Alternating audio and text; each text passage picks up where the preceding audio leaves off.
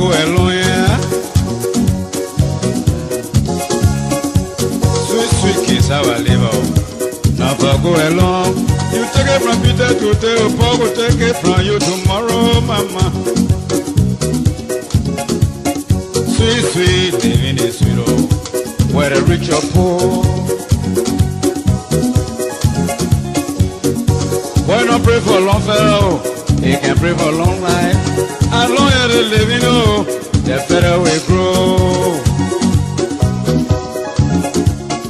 Fine, power is fine, oh, it can make you heavy. It's just like a brook, you know, a way to capsize. Sweet, sweet kiss our liver. Not for go alone. He might be can eat it, or a picture can eat it. Kiss our liver, kiss our liver, oh, sweet kiss our liver. Not for go alone. You take it from Peter today, or Paul will take it from you tomorrow, mama. You take it from Mary today, or mother will take it from you tomorrow. Fine, oh, by your fine, may in your favor. Well, people do to you, you go to cry. Has enough for one person, oh, it's a matter of time. Our time is a lesson, yeah, brother, this I had. Sweet, sweet kiss our liver, not for go alone, mama. Human being can eat it, oh, the deer can eat it. Cause our liver.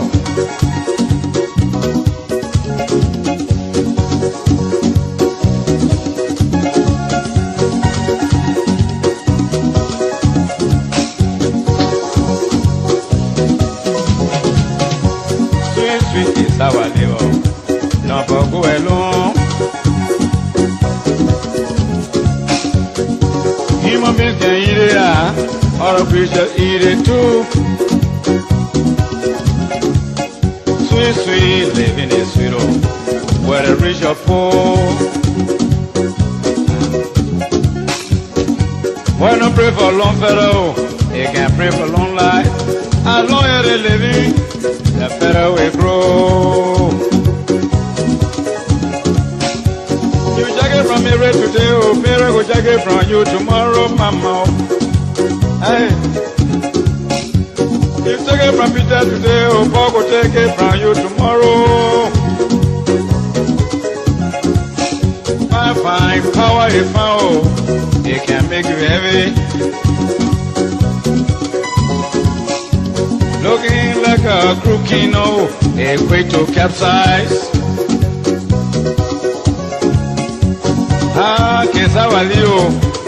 Kesawalia, Kesawalia, mama, don't for go alone.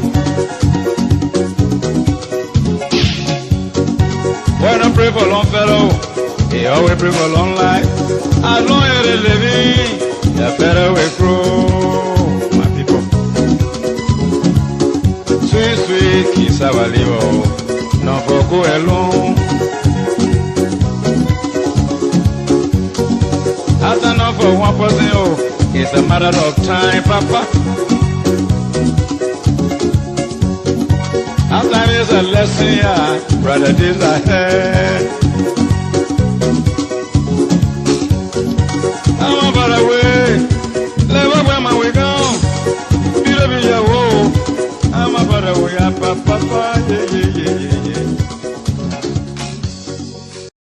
Kiss our liver, not for go alone, yeah.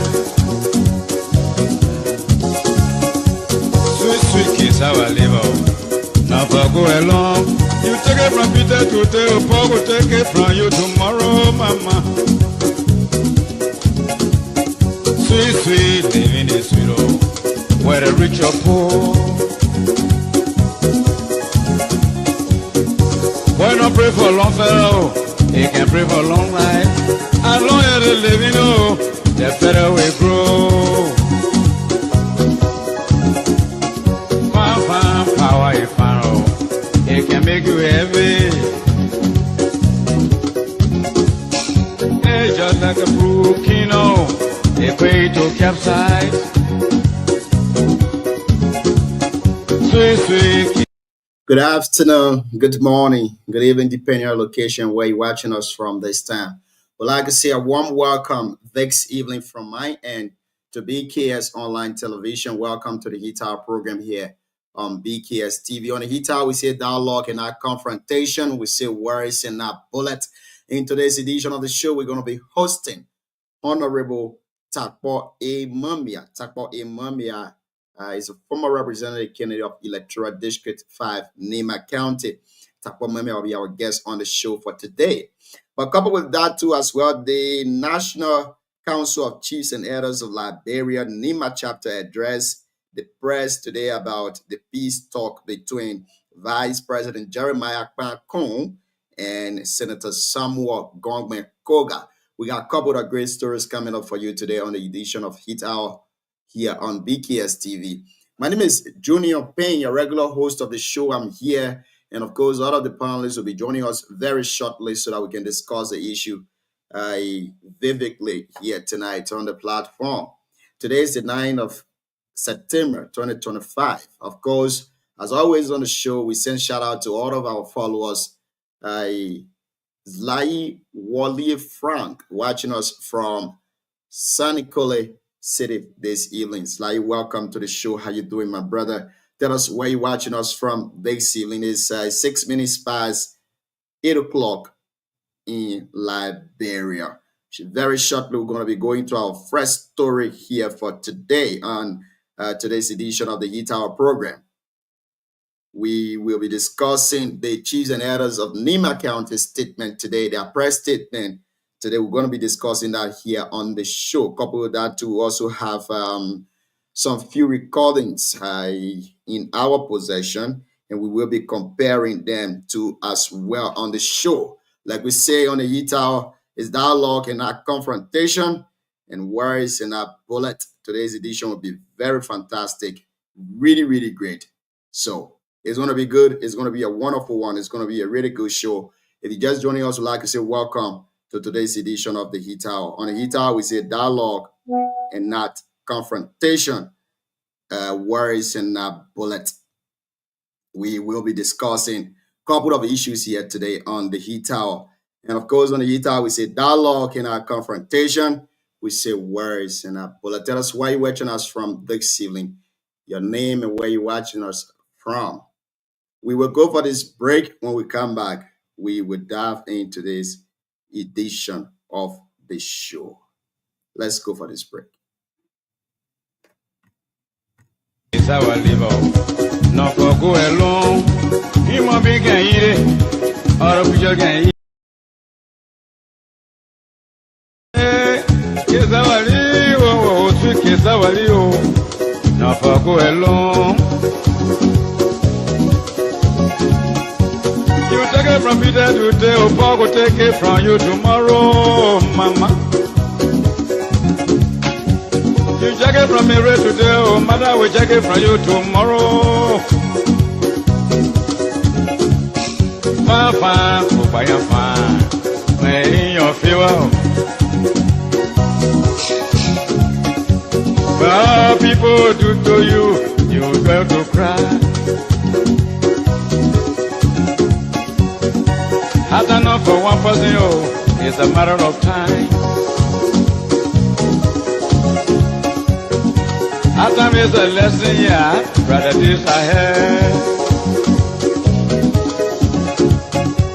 Sweet, sweet kiss, I will leave out. Not for go alone, mama. Human being can eat it, oh, the deer can eat it. Good, I will leave out.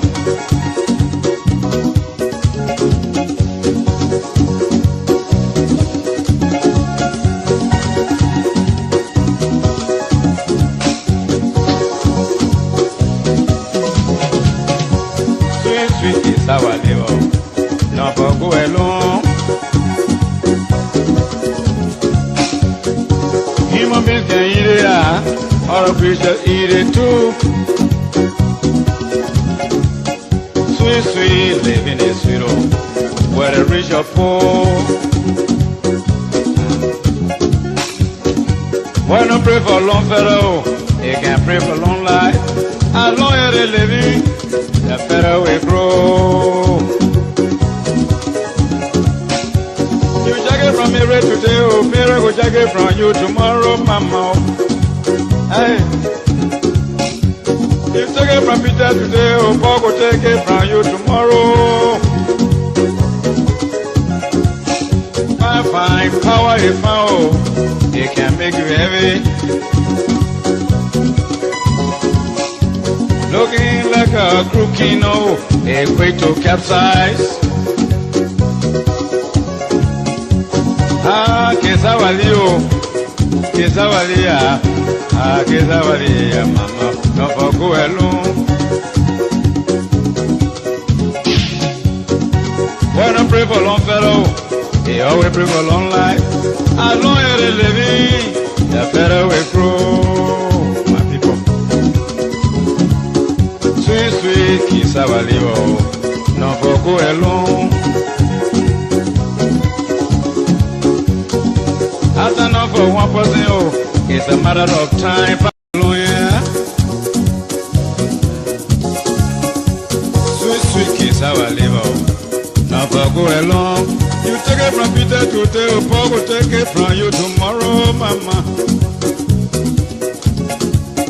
Sweet, sweet, living is sweet, oh, where the rich or poor. Why not pray for long fellow? They can pray for long life. As long as they live, you know, the better we grow.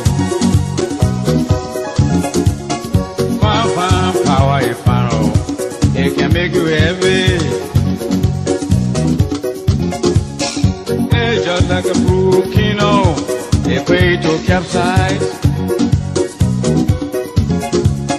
Sweet, sweet, kiss our liver, not for go alone. Human being can eat it, other creatures can eat it. Kesawali, Kesawali, oh, oh, sweet Kesawali, oh, not for go alone. You take it from Peter today, oh, Paul will take it from you. Oh yes, sweet, sweet cassava leaf, not for goat alone. Folks, again, would like to say welcome to the show this evening. It's 12 minutes past 8 o'clock in Liberia. Jairus Carter say good evening, Junior. Good evening again, my dear brother Junior. I'm watching you live from Logua to Oboda as usual.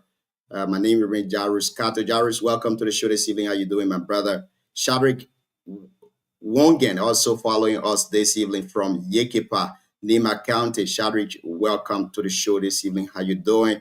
Siliki Tari also following us this evening. Siliki, welcome to the show. Like we say in our intro, the Chiefs and Elder Council of Nima County recently visited Monrovia, or the Winter Monrovia, to settle dispute between two songs of Nima, two statements of Nima, Vice President Jeremiah Kmakun and Senator Samuel Gongben Koga.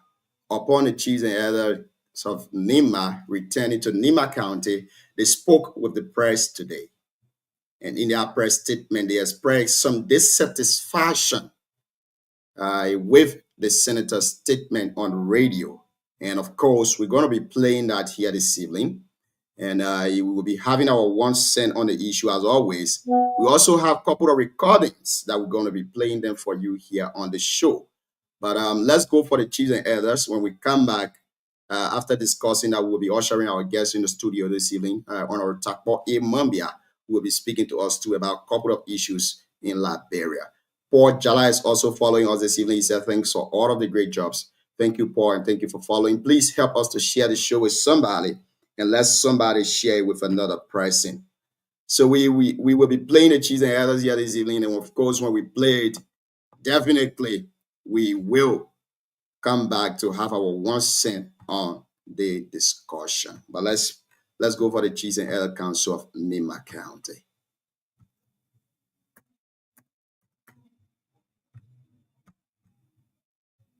let's go over the chiefs and elders of Nimba.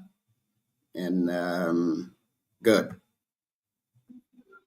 So, those more among us, gentlemen of the press, welcome to this special interview with the head of the National Chief and Elder Council of Liberia Nimba chapter.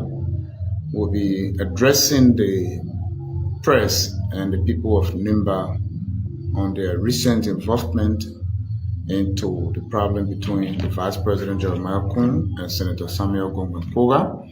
They have gone to Monrovia, and some of the key roles that they have played, they are about to update the public about where so far they have reached. So, sir, welcome to Radio Nimba, Radio Soundwave, Spoon, and then Voice of Gompa. Okay, Material, thanks so much for coming to us this morning. So we were able to tell you what really is been happening behind the scene. We went to Monrovia. First of all, I'm Paramount Chief Moses W. Val, the Vice Chair for Culture and Tradition of Nimba, and that is my responsibility as one of the elders of Nimba, to mediate between our children whenever we find it difficult in dealing with some issues. First of all, I will tell the Nimba people, more especially the elder and the traditional people of Nimba, thank you so much for having you elected as your leader. It was very important for us to have left and go to Monrovia based upon the information we received on the radio, where the traditional leaders were not informed by Senator Koga. So having heard that, before Koga could even come to the senatorial election or to the House of Elder, and the House of Elder is a Senate. So when you are there, before you do anything, you should inform the people that made you. You can't abruptly go over radio to castigate the other party, and they are all about Nimba citizens. But having heard that, Senator Koga, it was the traditional people who made him to have joined over Senator Johnson party in our some of our cultural practices in Bang at the time. And he promised to the traditional people, if at all costs, if anything happened in the Senate, I will come back to the Nimba people to lodge complaint. But Koga, he went contrary by going over radio to castigate what happened between he and Vice President Kun. So we heard that immediately we dispatched a team, and which I'm headed the team to Monrovia. When we went to Monrovia, first of all, when we got there, the following day we sent for Senator Koga. Senator Koga, he was very hesitant to even come to us. But however, we as elder, we tried to bring him down, and so we can put down some of the anger, and we talked to him. Koga, he agreed to us to sit under our gavel, under our voice, so we can mediate between he and Vice President Kun. In presence of the invitation, we went and met with Omer, Harry Yuan, we met with Dr. Guayo, we met with Harrison Conway, we met with Aaron Martinez Tingman, Wade Dodier, Honorable D. Dokubo, Chris Dakadu, Gabriel Wilson, Chris Joe, and Mary Masokwe. All of these are stakeholders of Nimba County. We went and met with them in that forum. So all of us, we put together, telling Koga, the way you talk over radio, that is not the way the House of Elder, can talk. If for any other reason, you have to come back to us in Nimba and tell us what Vice President Kun have done to you. Because in your own campaign message, to the Nimba people, and what you promised, the elders of Nimba, is that Vice President Kun, I will hold his ear to do what is required for Nimba people. So you now when they make ear again, then you try to bring him to public ridicule. So it's not correct. He didn't do the right way that we told you to do. So you did not lay out with your own promise that you made to the traditional people and the people of Nimba County. So the way you did, it was not correct. Koga apologized. Before you could apologize, it was a headache Koga, he really get, the voice. He really, raised his voice over, us as elder of this country. And we received a lot of lashes, from Senator Koga. But however, he's a son. But after he came down to us, he gave us, cola. He gave us $50. First, he gave us $10. Then Harrison County, because they call one another, but Malegbe. So Harrison County, he gave $20. Then Omen, he add $20 to it become $50. So Koga, he bowed down, to the elder. That what you're saying is correct. We beg you. But in your own right man, if you and somebody, doing something, and the elder come to you, he have come down, to the elder and explain to them. After we receive the money, the very first thing I ask a question. I said, but Koga, what really happened? You are beggar. We the elder, we are not part of the suit. But but you are watching. But what really make you there? Koga explained his plight to us. After he explained, then we told him, okay, why you explain? We hear you, but we have to go and meet with Vice President Kun. So we left Koga. We went to Vice President Kun. So when we went to Vice President Kun, the $50, the elder, we took the $50.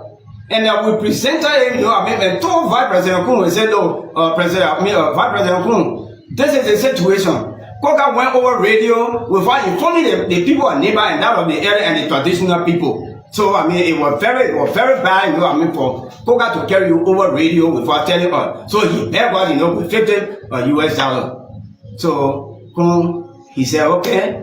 But the thing what my brother did, I don't really know what I did to my brother. My brother myself, we went to Boyton on the Semiana program. When we went to that place, Koga, told me that, you got problem with him. I got problem with him. So I told you, I said, okay, say you got problem with me, let's go to my village. We'll sit down to my place there, be brother, same brother. Then you have to tell me what really happening between you and myself. Then he said, you got problem with me.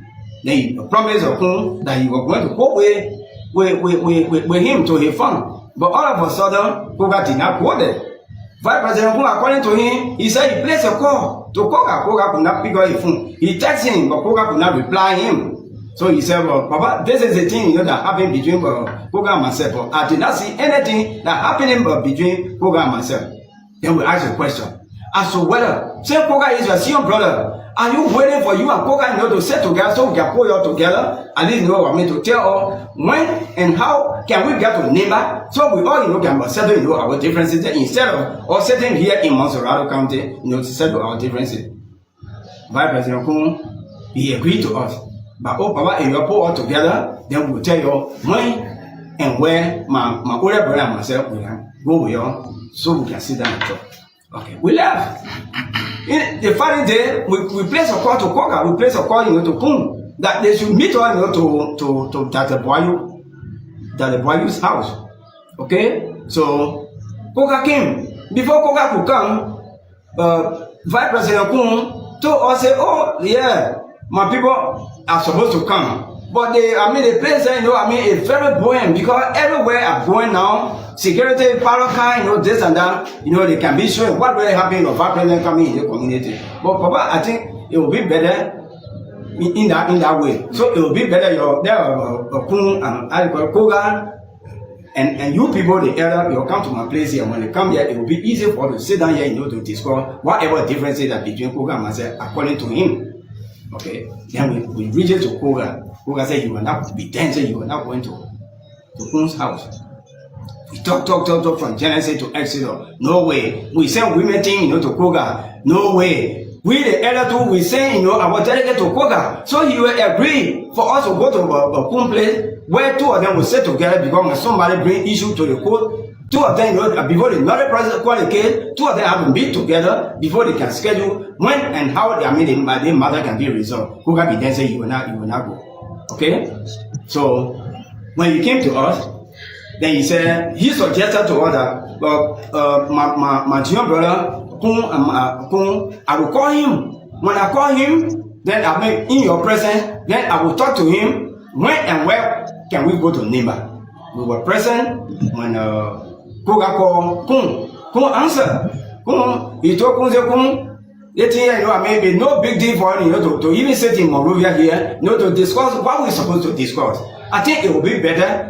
We go with our people. Even so, Senator Koga called the VP in your presence. In our presence. Okay. And two of them they talk. In your presence. In our presence. Okay. Two of them they talk. Was it friendly? Was it friendly? Because was it friendly? Two of them they talk friendly. Because Koga suggested that they should come to Nimba to Koga to Kun's village, where they will sit down, so we all can enjoy the peace point. So that means the schedule now is between Kun and Koga for them to come to Nimba. And we start to telling us that Papa Yoko, it's here between my brother and myself. Even on Monday, I promise to go to the Kun office, so here myself can schedule when we come and meet you in Nimba County. There where we stand. But really, the problem there is that even in your house, when you get your children in your house, when one of the children having to take somebody complain somewhere, then you bring them together. You bring them together to understand what really happening. But Koga was very, very respected and very respectful to the elder. Even Koga left one in that place that he left, he went without even telling our excuse. And Koga should know that we the one that made him. The cultural people, the traditional people. I think you saw the brother say, we take him bound. The sacrifices we made for Koga. For Koga, to take respect in that manner. It was not too correct. It was not too correct. So that what happened in Monrovia. Okay, so Moseva, thank you. Yeah. Like we said, Voice of Gompa is here, Radio Nimba is here, Radio Sangwe is here, and Victor Cooper from Spoon is here. So we'll take questions from across. Yeah. So thank you very much. My name is Zawulu Sele and I work for Radio Nimba. Yes. Thanks to the chiefs of Nimba for the efforts applied. My first question is, in your wisdom as elders and chiefs of Nimba, you think was it prudent for the meeting to be held at Kun's residence, considering that the both of them have problem? Well, the problem there is Kun and Koga, they were not at a war, they were not at the media of a war, but only Koga who get problem. That went over radio, talking to Kun. So it was prudent to us because we get a gavel of authority from Nimba County. We are the father. We had to propose to Koga. Say we have to go to your brother. Let's sit down and schedule when can we go to Nimba. Okay, I work for Radio 7. My name is Lester Zanage. The question is, according to your explanation, Koga left without settling the matter. What's the role by the elders now in the whole matter? Well, Koga left after he has spoken, he has called his brother, Phoebe Kun. Two of them, they are already met.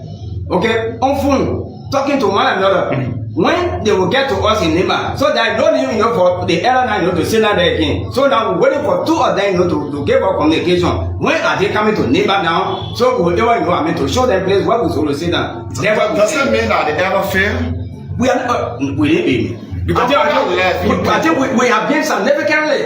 We have gained significantly, meaning that both of them have been communicated in our presence.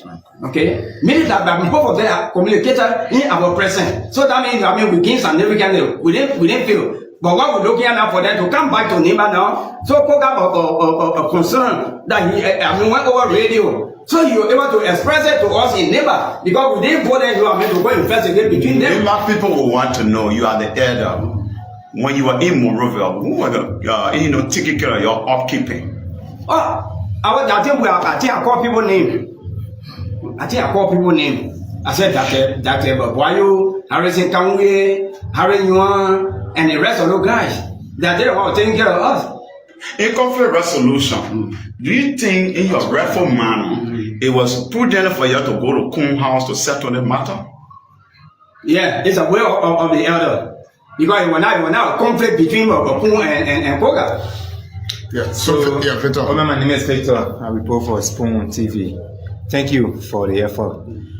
Before leaving Nimba to go Mercury County, was there one thing that you, the elders or the parents, will go to the Sound Team to discuss the issue? That's one. People have been speculating that it was the first president who gave you guys a complaint of Koga attitude and made you to go Monrovia. How can you clarify that? No. Koga did not give a complaint. No, Vice President did not give a complaint.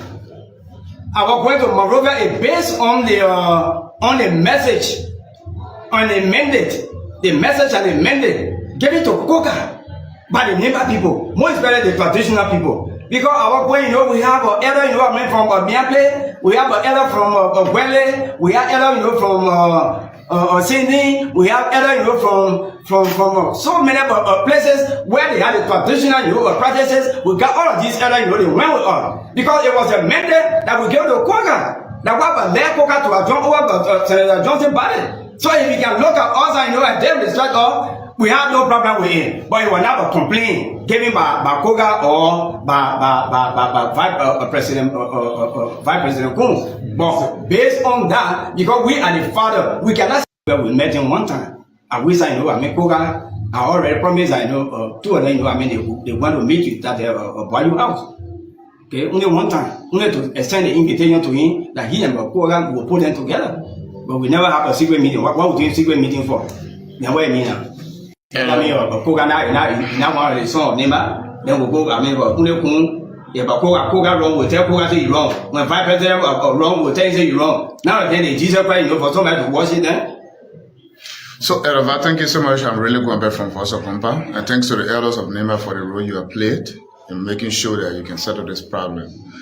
And I know that no matter what, you will call your children to order and they will listen to you. But by this time, Senator Koga should play the edited role based on the traditional practices that you people carry out in Bao and other places. Yeah. Even Sokopa, when he jumped over Senator Johnson party and everything like that. Did you tell him bullet in your face that what he's doing is against you people traditionally because of the role you played prior to his election as Senator of the country? Really? I bought for 60 some more years. I'm living, by the way and pleasure of God right now. So I might be bold to somebody. I want to leave that legacy. We told Koga boldly that what he did was wrong. To carry, VB over radio. Why you should not come to us, as elder of the country, and we give you the matter of leadership. Most of the traditional people. That was the time that you brought on to us. Then you took $10. Why you all up a man who pay? They had to add money to it. And we came up to $50 and bow down to us and beg us. Have you been able to communicate with the elders of Buyao, especially Gomampli, where Senator Koga comes from? Yeah, yesterday, the parliament chief of Nyoko Mampli, because he wanted a council member of the council. I talked to him yesterday. The way Koga, when they respected us, I told him yesterday. In Kyo, they say, John and Were there some chiefs from District Number 5 who were also part of the trip to Monrovia? I said, who here about chairman? I said, who here? I'm from 35. Koga, my son. That's our cool. In time past, Nimba used to be like, the leaders used to be like Holly and Pooling. I know former Representative Larry Youngkoi, the current Senator Koga, Prince O.S. Tokpa, and Senator Johnson, they never used to have a good relationship. Every time they were in the media in the county, hauling and pulling. Similar thing is showing its face again. Recently, Honorability was on the radio in Ganta, and was somewhat cast on several radio stations across the county that he was dealing with the government currently, and also at the same time talking about the superintendent. The same thing with Honorable Koga talking about the superintendent and his supporters talking about the superintendent. What are the elders of Nimba doing to arrest the situation? That what used to happen that led to the underdevelopment of Nimba cannot resurface? All right, my son, I think one of you guys, asked a question as to whether it was a Kun who lay complaint or it was Koga who lay complaint. Those are the things we try to put everything under control to bring every one of them in Nimba County. So we can go to Senator Johnson in the grave. We all sit down there and talk. What really is the problem? If I want to upload to the other friend, the elder of Nimba come to and tell us. Instead of telling me about Nimba, to private ridicule. That's what we don't want. That's what used to happen in the past. Where they want you don't respect people, the person don't respect this, the person don't respect that. But here, we are already settled, about meeting point. Where, you go against, your friend will take you, to that center point. If you are poor man, will take you to Sege. If you are not poor man, will take you to Zambia. On the serious note. There are some people following us online. If I go to Victor, who hold the view that you the elders from Nimba, you fear the vice president. You are afraid of him. So you are already taking side with him, and you are now like descending on Senator Koga in the protection of the vice president. My son. I said it here. I said, Vice President Kun, you not Jesus Christ for somebody to worship him, for me to be afraid of him, my son. Vice President Kun, my son, when Kun wrong, I will tell you, Kun, you wrong. My son, the people where I am now, the legacy I want to leave, for Nima people. I'm not here, to be buyer, Thank you, guys. Again, welcome back to the show. If you're just joining us, you're listening to the Heat Hour here on BKS Television. On the Heat Hour, we say dialogue and not confrontation. We say words and not bullets. I'd like to welcome DK Wade to the show this evening. My friend and brother Shadrach G. Togbe, the change agent, and Afanso Wumba to the show here today. We are receiving very credible information about a news breaking from District 5. And tomorrow, our folks will be going for in-depth analysis about that news, and we will break it on the platform here tomorrow. But again, it's a breaking news. I don't want to talk about it right now because people say, Junior, you don't keep secret. But for this one, I'm going to keep it until tomorrow. But it's really heavy. Our team will be tomorrow at the Supreme Court of Liberia. And that news is going to break in the Supreme Court of Liberia tomorrow. So the team will be there. We're going to get all of the information to have it discussed here today on the platform. As we always say on the Heat Hour, dialogue and our confrontation, words and bullets. But again, we will remain here to tell you about issues happening in Nimba. You just listen to the elders of Nimba County, folks. We came here a little bit late. We have a guest today, Takwa Mambia, and of course, Takwa will be joining us very shortly so that we can have a very fruitful discussion here this evening. But again, DK, good evening and welcome to the show. Let's start with you. The elder spoke today, and they expressed their dissatisfaction in Senator Koga. Why Afonso pay is front on the die? Afonso, everything okay? Everything okay, boss. Okay, the chief here will keep this, the team for the elder will keep it at last.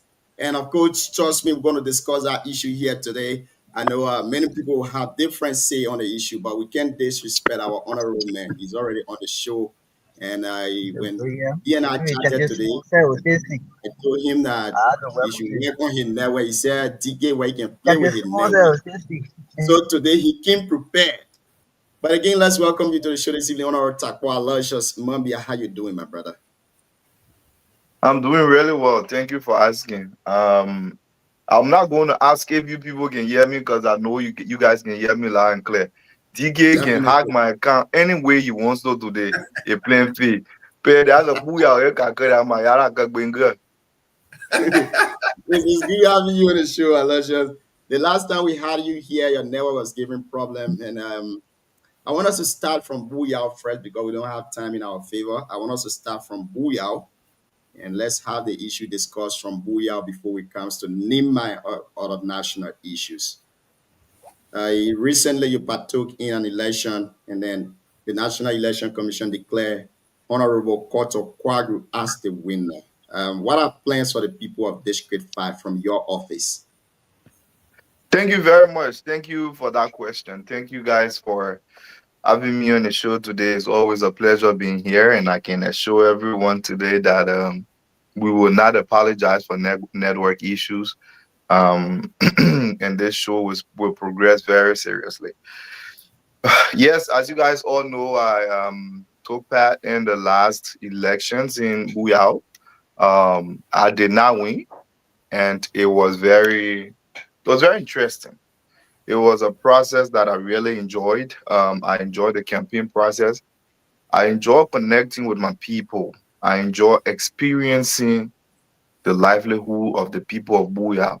And to a greater extent, this is why the campaign activities are important. How often you go back home is important. You get to know the problems that the people that you want to represent are faced with. Um, Even though I did not win these elections and my votes were small, they loputed it, but there were a lot of positives that we took from that election. Lots of positive.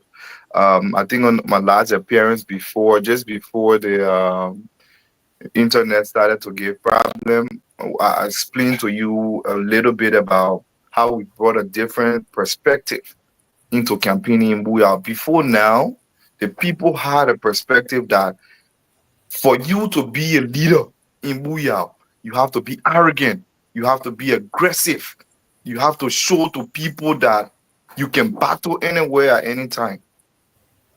We told the people, we sent a message to the citizens of Buyao that in as much as we all have it in us to be violent, to be aggressive, you can be a decent leader and use persuasion and be peaceful and be everything that you possibly can.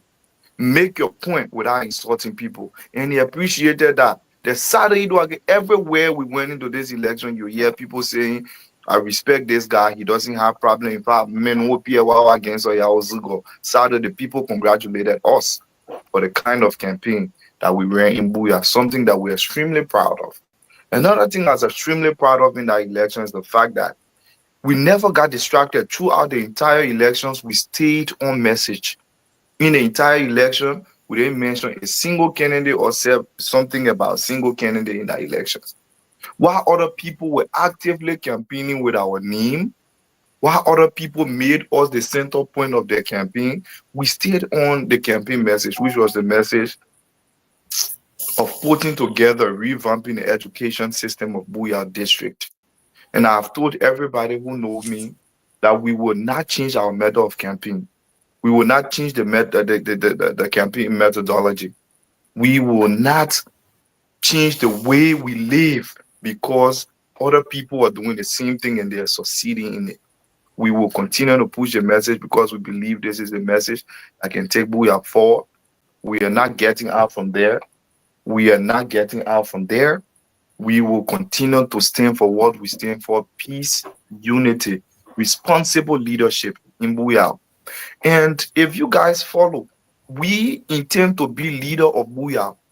We have demonstrated this on several occasions. And from all indications, everyone's following our lead. In Buyao nowadays, people are following our lead. It's never been recorded in the history of Buyao since we gained independence from Zoge. It's never been recorded in the history of Buyao where the campaign is over and someone who lost the election go around in the various towns and villages to congratulate and thank all of the people who participated in the election, regardless of if they voted for you or not. That's a new perspective that we brought to Buyao election. The people were very surprised to see us coming back to their villages. My reason was simple. When we were campaigning, we didn't go to BKS, we didn't go to Radio Buyao to tell the people, say, your vote for us. We went to their homes, we went to their villages, we slept in their homes. So to tell them thank you, we will not go sit down on radio, or we will not call them in Blue and say, all the people you come to Blue Lake, tell you thank you, because when we wanted them to vote for us, we didn't call them to Blue Lake, we went to their town. So we went back to their towns and we told them thank you. We visited every single town and village in Buyao to extend our thanks and appreciation. Now you can see other people are now following our lead. Other people are now going back to a few towns and villages and saying, oh, we came to say thank you. The same thing with the education. We started paying student tuition in Buyao district. We did that. We started doing that since 2024. We will continue that process up to now. You see everybody in the district want to pay student tuition now. That is the example of leadership. That is the different dynamics, the different perspective be brought to Booyah politics, which is a win, in my opinion, which is a win. We will continue to do what we have to do for the people, and we will continue to make our district viable and seen, even in the fact that we did not win the elections. We've congratulated the eventual winner, and we wish him well, and we are open to working with him if he ever needs us to. Thank You you. were one of the very first person who congratulated the honorable man, and I want to say thank you for, conceding defeat and opening up to working with the honorable representative for the interest of people of District 5. But again, there is this issue of people saying they were cheated. Other people said the result given to them were low and all of that. Boris even wanted to go to court. What say you? Thank you very much. You see, that is a very critical issue to speak with. I personally, at Tapo Mambia we have 69 polling places in Booyah. For fear of being cheated, we had pool washer times 2 in Booyah. That means that every single polling place, so the 69 polling places in Booyah, we had 144 pool washers across Booyah. Now, could some of those people be compromised? That's a whole discussion for another day. But from where we stand, we have no evidence of cheating in our possession, a case we cannot make. Yes, in Yaoblole, which is my hometown and which is where I voted, there is evidence that one individual was seen with 2 ballot papers. That is, it was open. Everybody know that he was taken to Senikole. I think he's been released, but he was seen with 2 ballot papers, and he said the networker handed him the 2 ballot papers. That is a call for investigation. That calls into question the credibility of the elections. And there's one other thing I can tell you. In the Nikwea bell of the election, the turnout was on an average 58 to 60%. If you go back and dissect the result, you will see in the Nikwea bell, the turnout were on an average 58 to 60%. In the Yaowie bell and some parts of just the rest of the district, the turnout was about 50%. In the Yao Bell, they were mostly 40. In DK home, the turnout was 41%. In my own hometown, I think the turnout was like 52%. In most of Yao and Nyo, the turnout was on an average of 50%. That's another thing that other people are looking at. The third thing is that we received report from Dameplay, from our pool watchers personally, that the people in Dameplay were not voting. The reason was obvious, because the people were afraid that there would be a repeat of the violence that took over prior. If I'm not mistaken, we got information on election day that the boy who was badly injured in a clash between the supporters of Koto Kwagu and Boris Badier, the boy passed away. I think we received that report on elections morning or the day. Something. I don't know how credible that report was. I can't dwell on it. But the information we received from our pool watchers, from our observers in Dameplay, in Nikwea Dameplay, was the people were not voting, they were staying indoors. Matter of fact, most people went to their home to their farms because they were afraid to turn out. But then when the election result finally came in, the voter turnout in Florida was huge, and the voter turnout in Nikwea was over 60%. Not Nikwea, sorry, Dameplay. The voter turnout in Dameplay was over 60%, and the voter turnout in Florida was a little bit over or 50%. That called into my question for me. By the end of the day, as a Liberian people can say, what concern door with family planning? The people who get the election result, they won't really worry. I go to court, everything you are doing, you do it with perspective. Even though we could serve as high five. Good job. Even though we could do things that will serve as deterrent from cheating, but the election law, the precedents that the Supreme Court is using to determine election cases is so complicated that no matter how you prove that there was fraud in the election, that you can win any result announced by NEC. And the precedent that is used by the Supreme Court is the Bromsky et al. Versus NEC. And I'm pretty sure most of you on this platform remember that case, that landmark case that I'm talking about. Only Justice Kabina Janet dissented in that opinion. The rest of the Supreme Court said, even though Charles Bromsky, the Labour Party, and the Unity Party, they proved that there was fraud in the 2017 election. They proved that there was fraud in the 2017 election. But the Supreme Court upheld the result of the election because they said the fraud wasn't widespread enough that would have changed the result of the election. So they called the case off. So whenever you take a case to the Supreme Court on election matter for cheating, your evidence better be substantial that the fraud you can prove is able to turn over the election result, or else the Supreme Court is going to throw the case outside. Based upon that, there was no need for us to come in with any claim of fraud or anything.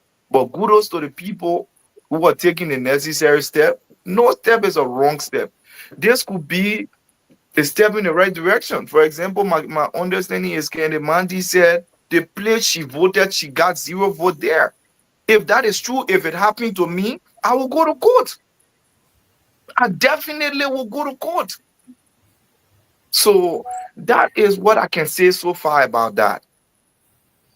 Great. Now, taking you a little bit back from Booyah, bringing you to national politics, you supported this government very strongly.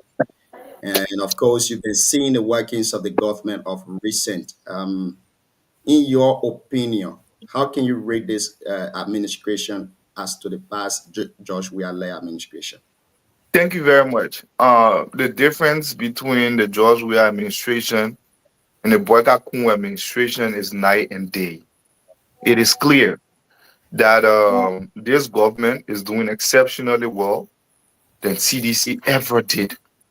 In 1 year, this government has done sufficiently than CDC did in 6 years. We can see that with road corridor. We can see that with the steps that have been taken on petroleum products. And if you've been in Liberia recently, you can see the physical change in electricity. I can tell you that people are spending far less on power consumption in the country now than we did before. In Liberia, normally when we're there in 1 month, we spend almost close to $1,000 on power consumption. Because if you're spending $30 every night to run a generator, by the end of the month, calculate 30 by 30 and see how much we've gone. And sometimes your generator cannot even power all of the equipment in the house. You have to turn some of the equipment down and turn some on. Today, in a month down, people with serious equipment in their home are able to pay $90 per month or less. That is a change that we didn't see under the Weah administration. Rural connectivity, the evidence are there. But here is what I have to say though. As a person who campaigned for this rescue government, I do believe that if we want to do well, we cannot compare ourselves to the Weah administration. Because the Weah administration was -0. And that's the reason why as an incumbent government, the people of Liberia voted them out. I think the government has tried in a weak way, but I think there's a lot of room for improvement. We still need to expand electricity to a lot more people in Liberia. We still need to expand fresh water, running water to a lot of people in Liberia. Those things by this time in our country in 2025 should not be luxury. Those things are necessity. For example, I'm from Booyah. We're getting the LSD line from the Ivory Coast. Okay, we get quarry in District 6 that is closely connected to a border with the Ivory Coast, from Zwedru, from Grand Jide, and from the you know the Bablisa. They have electricity from District 3. They have from District 3, they have electricity. That electricity have come from Logwatu, from Gwenta to Logwatu, and gone all the way to Bon County. Yet in District 5, we don't have one Jaco Lanto. And all of our activities are in Ivory Coast. We can do better with that. And these are some of the reasons that we wanted to take over the leadership of that district. We taking current from Ivory Coast. We live in Ivory Coast. We not get current. Other people get current. Current in Ban. The current at Kindo Ban. The current pass around to Sekle P. Kindo Ban. Why the current get come from Benway to Kanto Ban? From Ban to Butu is 64 kilometers. It's literally 45 minutes drive or less. So this government has done well. They've set structures. Now when you look, you can see a functional government, but there are lots of room for improvement. There are a lot more area. I don't think the Liberian people are satisfied with the performance of the government, if you ask me. Ambassador Borgan and his team can do well. I do believe in the ability of the new Minister of State, peace be unto his arches, Minister Grace may play his part. I do believe in the leadership, in the ability of the new Minister of State, and I believe there will be some changes. As to whether they will be aggressive, that's left to be seen.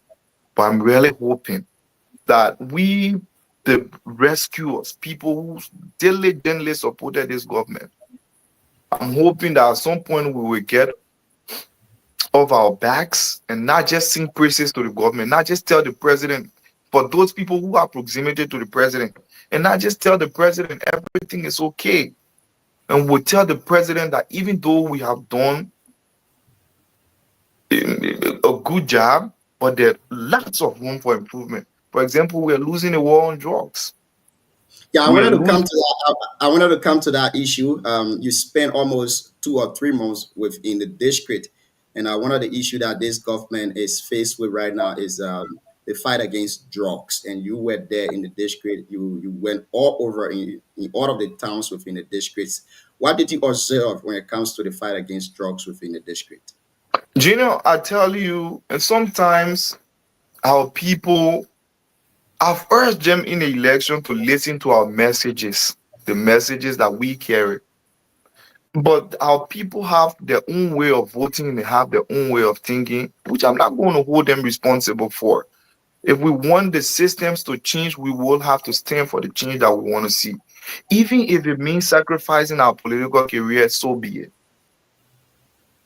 Can you imagine a district like Buyao with over 50,000 residents and has over 17 border crossing points with the Ivory Coast? The DEA officials are there. You can put them online, count them one by one, and then get pissed off. How do you expect these people to fight drugs? And people say, the people in Buya are violent. The people in Buya are dead. I tell everybody on any given day, I say the people in Buya are well behaved. The people in Buya are well behaved. The fact that they still go by norms and traditions in some of those towns and they still live by them, they're well behaved. Yes, there'll be a handful of sporadic disgruntled elements here and there, but the people of Buya are well behaved. There's no armed police officer in Buya district, believe it today or not.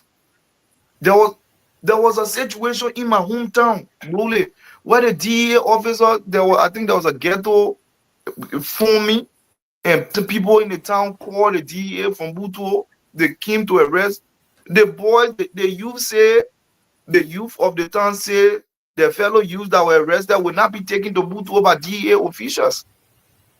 The battle DEA officials in my town, you know what happened? Because the DEA officials did not have arms. They were not armed.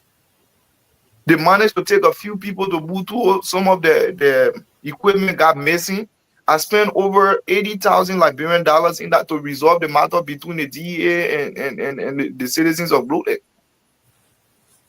We have to get serious about the fight against drugs. And even when we went to the debate, even before we went to the debate, when we had the candidates recognition program by NEC, I told the joint security officer that day, I'm like, we cannot proceed in this election with our armed security guard in this district. They overlooked it. But when the incident took place in Florida, the entire district were flooded with armed police officers. Even the police officers that were assigned to us, they didn't have rubber gun. They assigned 2 police officers each to us. They didn't have rubber gun. What were they really doing there? The only thing they were doing there is they were restricting our own people from coming around us, which of course we kept stopping them. But if you assign a police officer to me that doesn't have firecracker, how can he even protect himself in a rural district? There's no armed police officer in Buyao. Quote me on this. The big police depot that in Butu, no armed police officer there. Thank you, Honorable. Thank you for being here again tonight, folks. If you're just joining us, you're listening to the Heat Hour here on BKS TV. Honorable Aaron, Mr. Aaron Weir is following the show this evening from San Nicola College Community. Aaron, welcome to the show. Let's go to you, Alfonso. You have 2 questions. After you will go to DK, Siawete, Takpo, and then Shadrach. Okay. I want to say welcome to our brother. Thank you for partaking in the election. For me, I don't actually have question, but I just want to congratulate you for your participation and going back to thank the people. It's a good thing as a young man, and we hope to see good and more good things coming from your end towards the young people.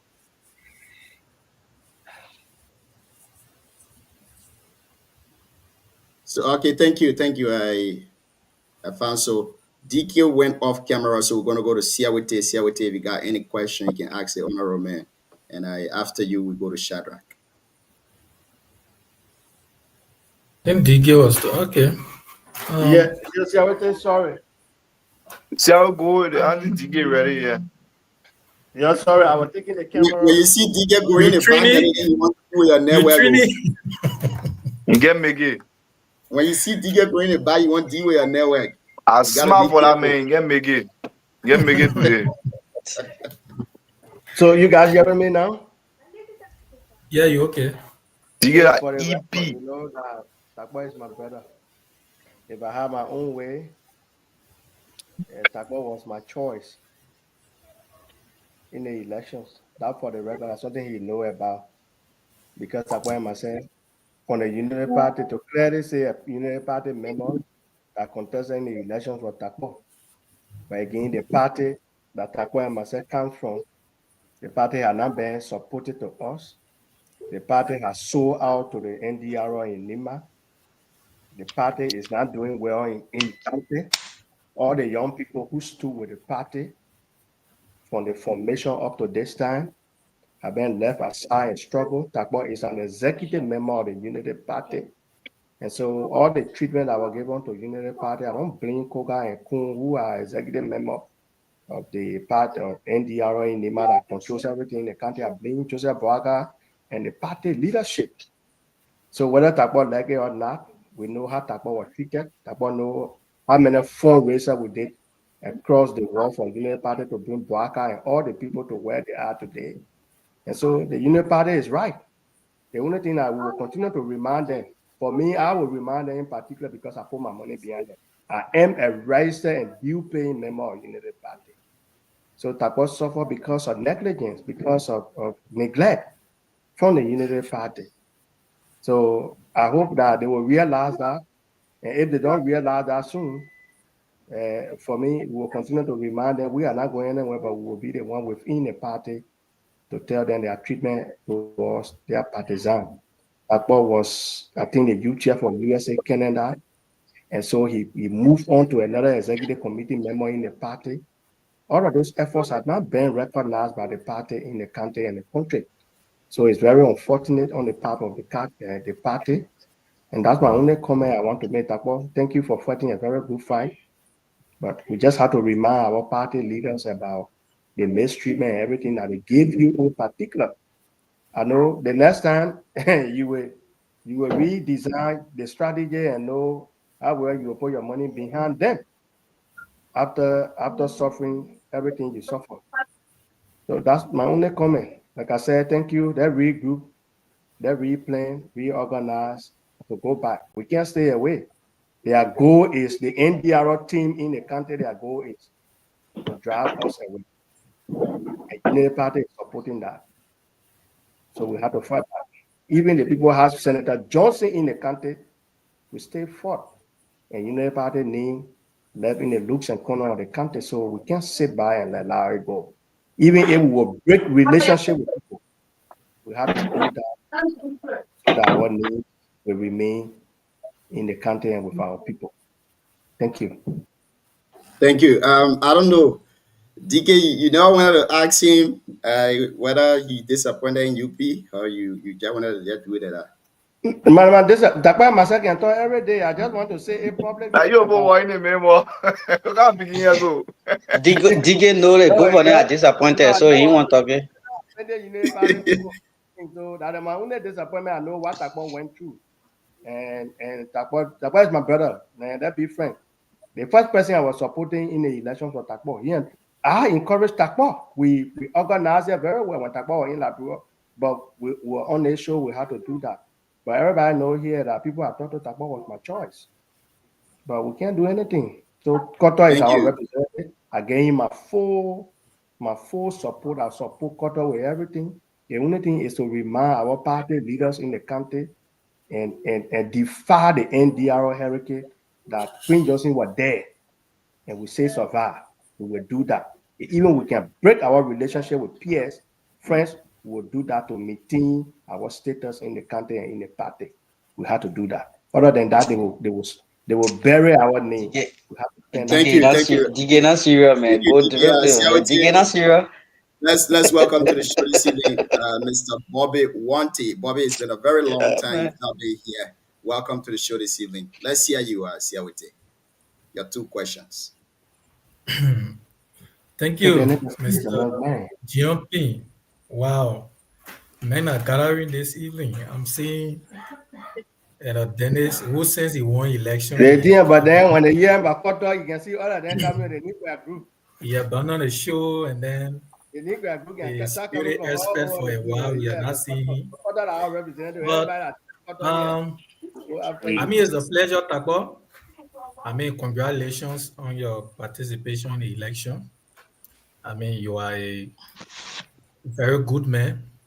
Even when Lasana and myself spoke, I mean, we followed the election very closely and your contribution in the Unity Party. I mean, you are supporting Meku about lead the team.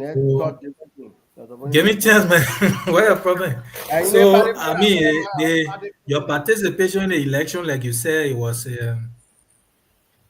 a good one, you know, to connect yourself with the people and the locals. I mean, for you being the first to congratulate the winner, and all of your time in the election was very peaceful. I think those are the kind of character, you know, we need in our body politics, mainly, you know, with the kind of district you come from, Buyao. So it also send, you know, a message to the young people who are aspiring to go to this position. But you know, the other day we did not have the. You gotta protect me, oh. Jim, I hope why you lying there? GB man is embarrassing. You allowing me to decide. DK, I beg you, we got a very respected, honorable man on the show here tonight. You're not saying that I'm a man. I said go ahead. I said that I'm a party.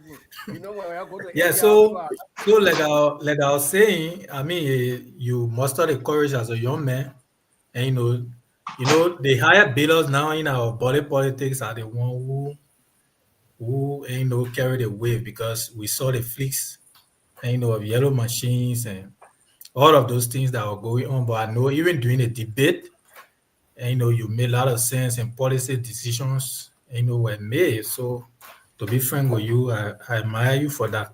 But the other day when you appear, we could not already had a discussion, like you said, based on the network. But I just wanted to ask you one or two questions regarding the atmosphere of the election. What was the greatest challenge you challenge and the experience you have in the district during the election, and how do you plan to overcome that in the next election? I know you have ambition, you still got ambition.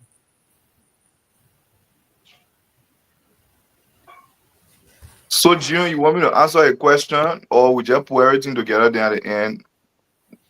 How do we do it? Yeah, you answer a question and you can ask his answer the main question, man. All right. Siawote, thank you very much. And for everybody who has said something, from Afonso to DK, I thank you all. I thank you all for recognizing the fact that we put ourselves out there. We spend our personal resources to do this. We also, one thing we want at in the election was to be a beacon of hope for young people. Today, young people around Booyah district can look to themselves and say, if Tabomaga can do it, I can do it. We took part in this campaign with pride. The way we conducted ourselves, even the young people who were not supporting us, I can tell you, everywhere Koto supporters saw me, they saluted me. The same thing happened with Boris Badia supporters because of the way we conducted ourselves in this process. A lot of young people can now believe in themselves. You don't have to bow down to a certain politician. You don't have to have a political godfather. As long as God is everyone's father, you can do what you have to do. When it comes to challenges we face in the elections, maybe logistical. That would be the only challenge I would say that we faced, because the road connectivity was seriously a challenge. As I remember, as I speak with you right now, the road between Yao Nyale, which is DK where his hometown, Yao Lepula, that road is almost cut.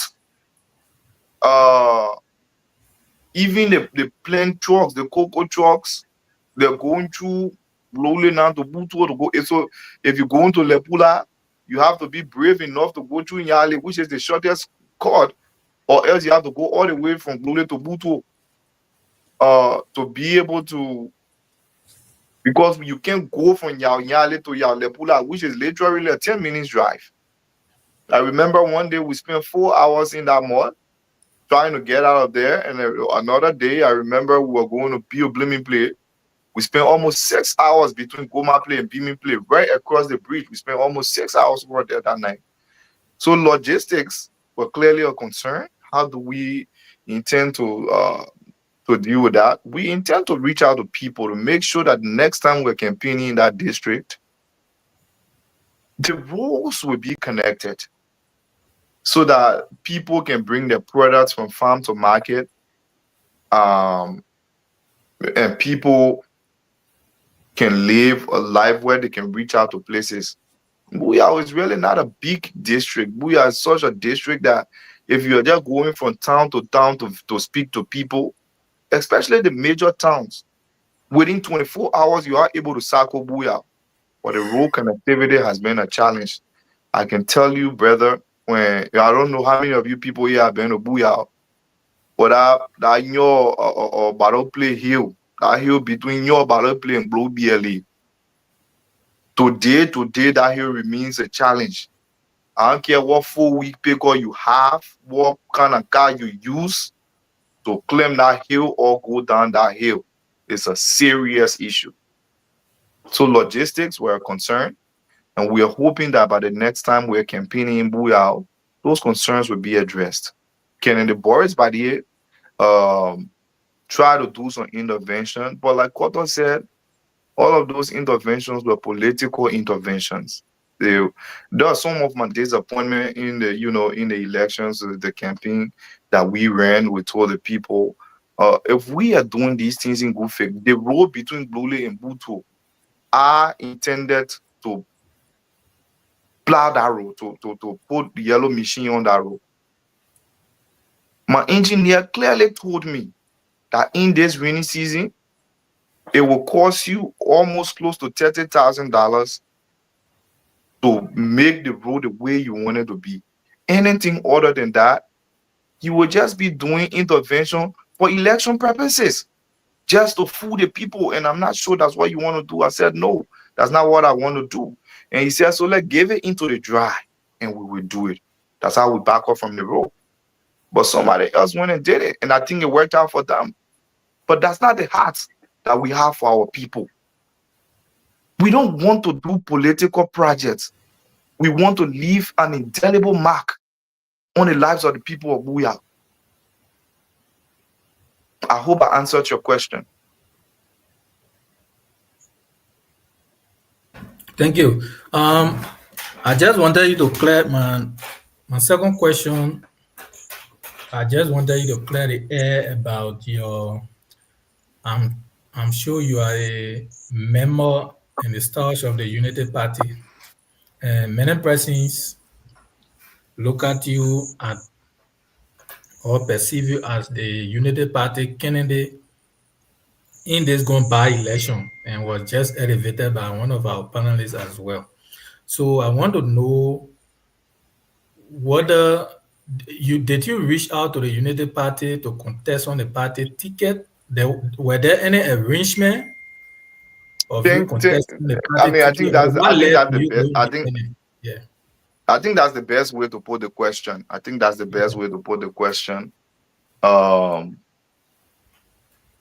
There's nobody who doesn't know my affiliation with the Unity Party at this point. There's also nobody here who doesn't know my proximity with the president before he became president. Yes, to answer your question very shortly, my campaign team officially communicated with the Unity Party that I wanted to be the nominee for the party in the district. A lot of odds were stacked against us in this election. Against all odds, we contested and we landed where we landed. I can tell you that when we wrote the letter with CC Kape, the office of the vice president, which is the vice standard bearer of Unity Party, we also CC the office of the president, who happens to be the standard bearer of Unity Party, and we CC the Nimba chapter of Unity Party. The office of the president responded to my communication. The office of the president of the Republic of Liberia responded to my communication, which I have on file. The Unity Party did not respond to my communication to this day. I did receive a WhatsApp message from partisan Cornelia Kura, who happens to be MOS2. She only said in a WhatsApp message that we will not be feeding a candidate in this election. You can proceed to go independent. And I don't consider that, I do not consider that a response from the Unity Party, because Cornelia and myself have a personal relationship. And so we were communicating in person. She wasn't representing the party at that time. So I saw that as a courtesy message from her for me. But the Unity Party never officially responded to my letter to serve as the candidate. I must say here, though, that the politics in the Unity Party and in national government is deeper than we can all say. There were few individuals who pushed the interests of my candidacy for me to go on the party of the Unity, or on the ticket of the Unity Party. I'm not going to sit here to name names so that other people who also tried a weak way can say that they weren't recognized. But there were one or two people or three people in the executive committee of the Unity Party who stood the ground and said, the only partisan we have in that by-election is Mambia. There were officials from the district and from the county actively telling the Unity Party that I will not go anywhere in that election. They should not fee me. I will stop there. That would be the answer that I would give. Thank you. Thank you. Thank you so much, Honorable Takwa. Let's give the opportunity to Shadrach G. Tugbe to ask his question. And of course, Bobby Wanty and Jeremiah that will come in to ask their question. Shadrach, let's hear your two questions, Chief. Thank you, Junior. But when you lost on you can't call me again. I don't know what happened. Bibo Anyway, men thank you so uzodo ya uzodo mas demasho ne guba sadra ine wel ndi ne gum mega ido yigo ya dample. much. So, Tawa, thank you so much for the conduct. He refused to support you and Mekua. You were supporting Koto. So, D, I know you disturb me and disrupt people talking with your allegation without proof.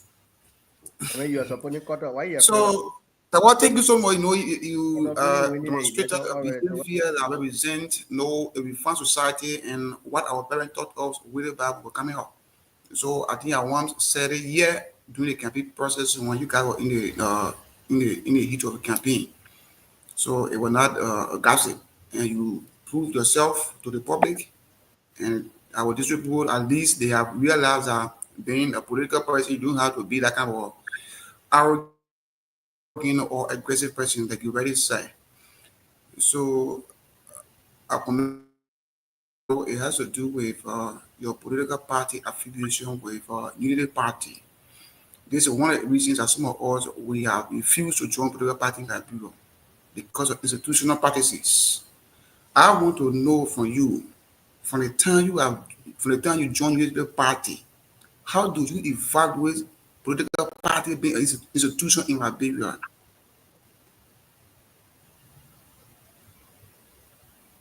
Okay, you have the second question. Then I'll just Yeah. After that, this one I want to know. Then we'll go to the second one. well, some of us are institutionalists. And I joined Unity Party in 2011 when my birth party, which are also represented in the elections, the Liberian Action Party, joined Unity Party. When they merged with Unity Party, that's when we came to the Unity Party. I see Unity Party as one of the institutions in Liberia, in the institutional political establishment. CDC have had some believer because of Mr. Weah. Until Mr. Weah leaves the scene, we will not know if they have the same commitment we have from Unity Party. And even with the Unity Party, though, the fact that they were only out of power for 6 years, we can't really tell if most of the people they are committed or they are there seeking the glory that's always there.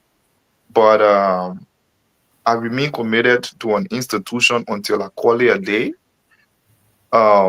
Unity Party is an institution. They have lots of followers. They've had lots of followers since 1985. Some of the people we are in a party with.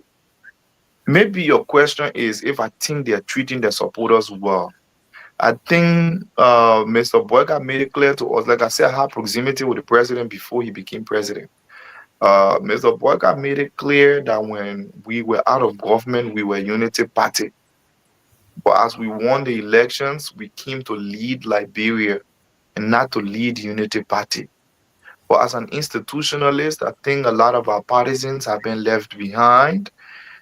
They're disappointed. I'm not talking about myself. I'm one young man. Everywhere I go, I can say it. Who God has blessed. I have a family and I can afford to feed my family.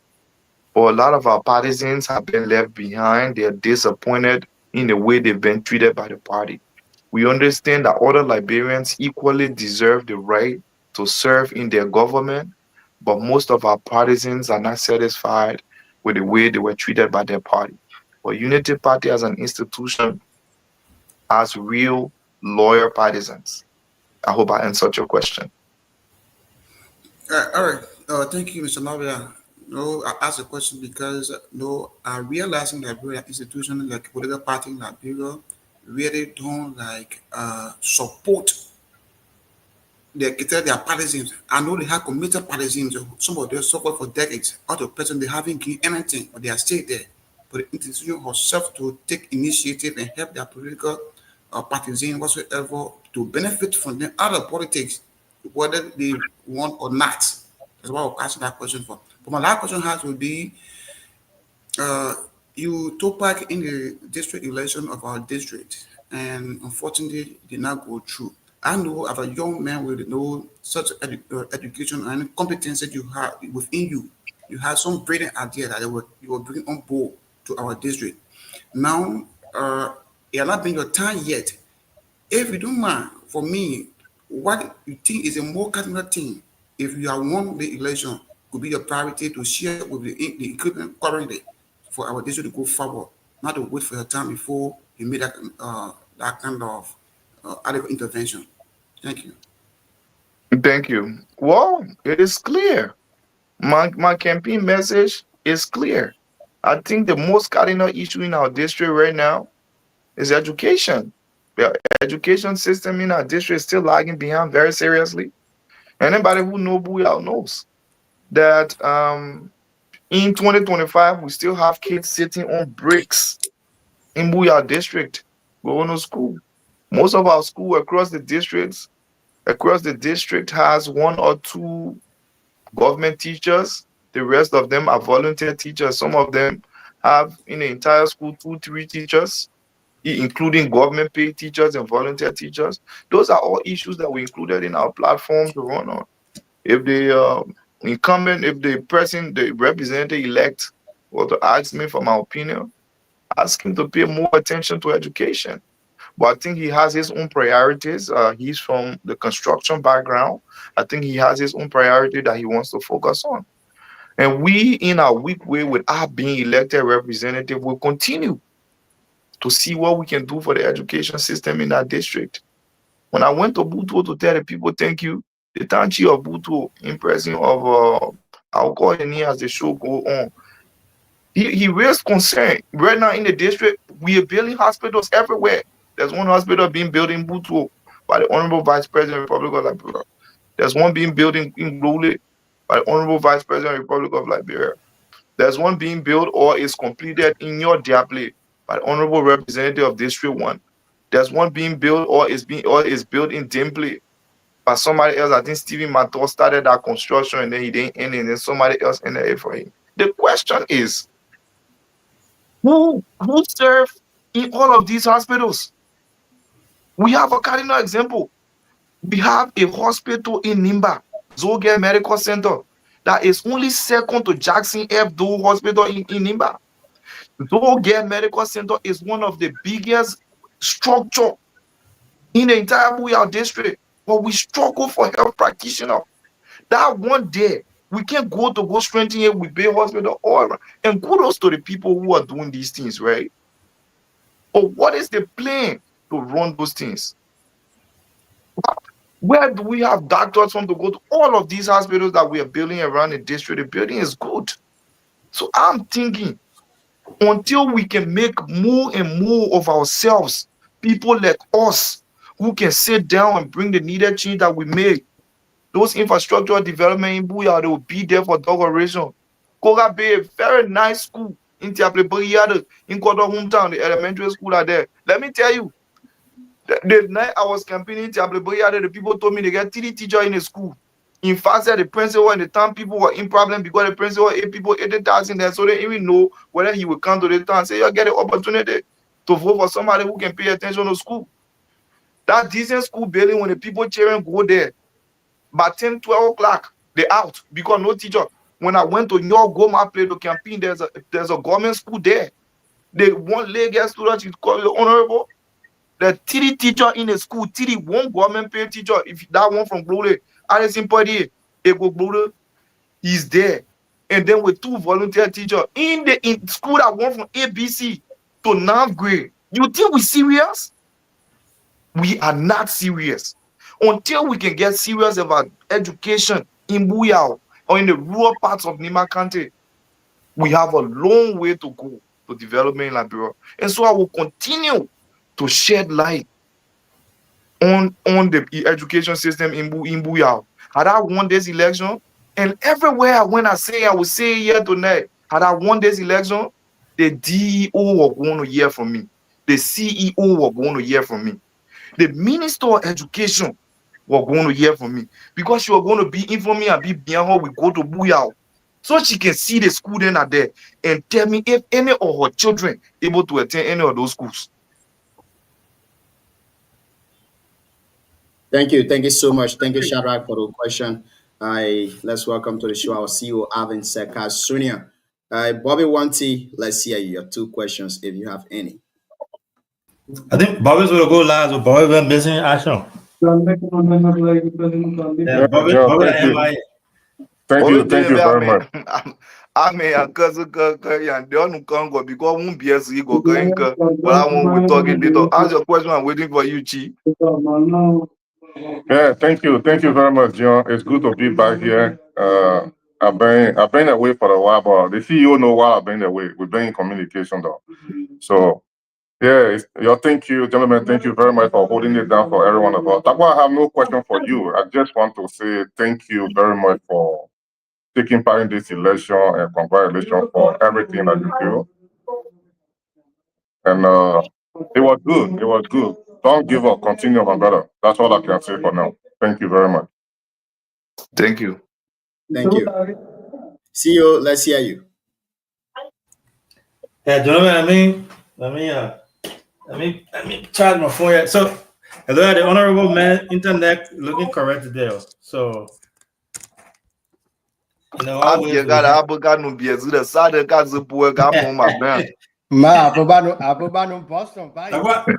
That's why internet, yeah, it still was yeah, but brother, welcome back. Welcome to the show. I'm so proud of you. I think I reached out to you personally and I congratulated you. I'm so proud of you. You did extremely well. I think I asked you one time, what was your legacy? What you want your legacy to be after this whole thing? And you lay out what you wanted to do there. So, man, you put out a big fight. Yeah, leaving from the U.S., going to Liberia, going to Booyah to go run election. It's not for small children. You have to be a real man to do that. And you did that. You remind me a lot about Obama, campaign, your style, the way you talk, the way you behave, the way you move, everything remind me of him. So remember Obama ran several times. That was not his first time before he won. So you have a lot in common with him. And I think you got a brighter future. And I think Booyah has a good future, a brighter future with people like you are willing to take the risk to go over there and run for office, public office. We all can't stay away. We need good people in leadership. And I think when we have that mindset, supporting who we have there now, we all work together. I think we'll get to a brighter place. You got a very good future. And I want to commend you for that. So I heard a little bit on the clock, doing my little hustle here, listening. I heard a little bit. I heard DK expressing his frustration with the party, but he's trying to be politically correct. Now, for me, I have questions. My concern is more about Booyah. And I have said this a lot to few people that I've talked to.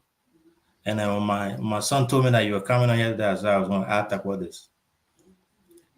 Based on the numbers that we've seen, I think Booyah was the second when it comes to providing a vote to a United Party, to this current government, next to District 7, I believe.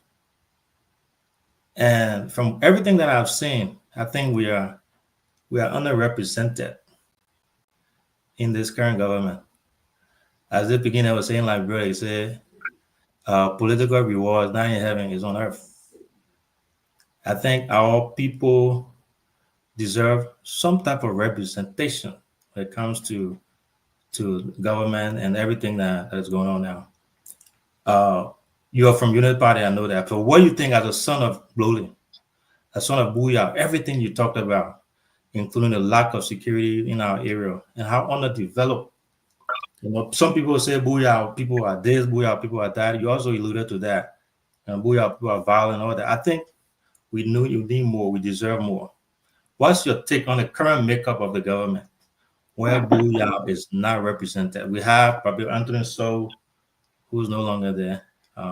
So what's your take? We have a lot of qualified, competent people who are from Booyah. I don't even have to name names. including the folks who also, ran along with you guys in this going election. So what's your take on the representation when it comes to the citizens of Booyah? If you take out your Unity Party hat and just speak as a child from Booyah. Thank you very much, CEO, and thanks for, whatever situation went down. I will not take my Unity Party hat off to answer that question. I will answer that question with Unity Party rating on my forehead. So people can know that even though we are from Unity Party, but we have to remain objective and we have to remain firm and steadfast in the presence of adversity, tell it as it is. And like I always said, one young man from Liberia who God has blessed. And I will always not hesitate to praise the name of the Lord when I come among people. And so I want people to know that sometimes when we become objective, it's not because of what we stand to benefit or what we're not benefiting. Because most of you on the platform would know that if I decide I want to sleep in Barcelona, Spain tonight, I will sleep in Barcelona, Spain tonight. If I want to sleep in Milan, Italy, I will sleep in Milan, Italy tonight. I'm able to feed my family.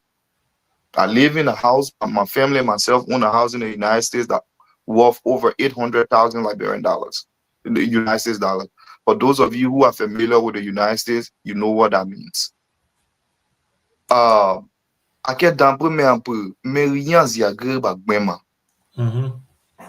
the case with the Unity Party and Booyah. Or that's the case with the people that Booyah can empower and Booyah. You said Booyah came second in terms of giving a raw number. But the second we came second, that's because we have only 29,000 registered voters from Booyah. Right. So most of the other districts in Booyah have more registered voters than we actually have. But statistically,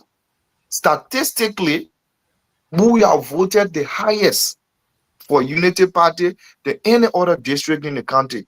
Hear me out well. On terms of percentage, the Republic of Liberia voted 50% for the Unity Party, just a tiny bit over 50% for the Unity Party, right? And the Republic of Nima County voted on the average 74% for Unity Party. So in Booyah, we were 36% above the national average in voting for Unity Party, and we were 12% above the county average in voting for Unity Party. Booyah voted 86% for Unity Party. No other district in Nima County voted 86% for Unity Party. That's the record, that's the statistic. When you get out of here today, go there and go check it. But in terms of job provision, we have to be pointing. We have to be looking for people with needle in a haystack, for people who are appointed from this government from Booyah. I've taken this issue up with the vice president. You can ask the vice president one day you see him. I've taken this issue up with the vice president. Every time we bring this issue up to Unity Party, they will point to the county health administrator. And the county health administrator from your home, it go brother. So what? The county inspector is from your home. It go glad. So what you're talking about? So, may I remind everybody in these processes that the county inspector, the county superintendent, the county health official, they were going to be for Nimba no matter what. Yeah. They were going to be for Nimba no matter what. In as much as I appreciate the person who occupies the county health administration, brother, we are from the same hometown, and I appreciate the fact that the county official is from Booyah, that is not enough. The job that is going to District 6 and District 4 and District 1, some way, somehow, Booyah is supposed to be factored in there. My own cousin, Jessica Woman, that man stayed in foreign affairs for most of his life. He's an experienced diplomat.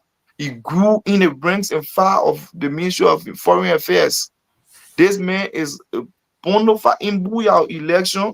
If we are going to election today in Booyah, the person who am I supposed to go for primary from Booyah election will be Jesse Merman. And he's still loyal to them. He's still very loyal to the party. That man, he wasn't able to get an assistant minister position, even though he had the qualification and the experience. Wasn't able to get an assistant, a director position in the Ministry of Foreign Affairs under our own government. The qualified people from Buya, including most of those people that are contested with. Exactly, yeah. The Abraham Kakbu, the Samson Warner, all of these guys, they are there. We campaign, I campaign for this government in my district. That's where I campaign in 2023. That's where I voted. Where I voted in my hometown in Yagloria, I think CDC got 50 votes there. But the way my district has been treated by my own party, somewhat disappointing. Not a single director. Someone say, oh, you need the guy from the LGA. I say minister, I say deputy minister, I say assistant minister, I say director from Buya. No, I know that. When they appoint somebody from district 4, somebody from district 6, they'll come out and be making connection. And the person, man, small brother from Buya, that man from Buya, that man say he from Buya. That's not how it works. We are not supposed to be treated the way we are treated. Buya as a place having, and all of you people sitting on this show, Buya as a place, a district of over 50,000 inhabitants. We have only 2 seriously substandard high schools in Buya. Only 2. Seriously substandard. Yeah. It's disheartening. Honestly. It is. I believe the way in the runoff elections, when number comes for Nimba, the Unity Party breathed sigh of relief. All the numbers that were coming from the southeast, when number come from me, and today when you sit with the vice president will tell you for the vice president to be the vice president of the Republic of Liberia today, God first. The people of Buya are standing right there. And let me hold you there. Not only the vice presidency, I can attest to his senatorial. I'm not talking about the vice. That's why I say even for him to be. I'm not talking about the vice presidency. I'm not talking about the vice presidency. I'm talking about for the vice president to be senator. Oh, okay. The vice president be senator in today that took him to the vice presidency. Go first, but Buya second. Right. You see, Senator Koga already. When we voted, when Senator Koga won the election, they go election, he won. 11,000 votes came from Buya for him. The people of Buya have always committed to their leaders.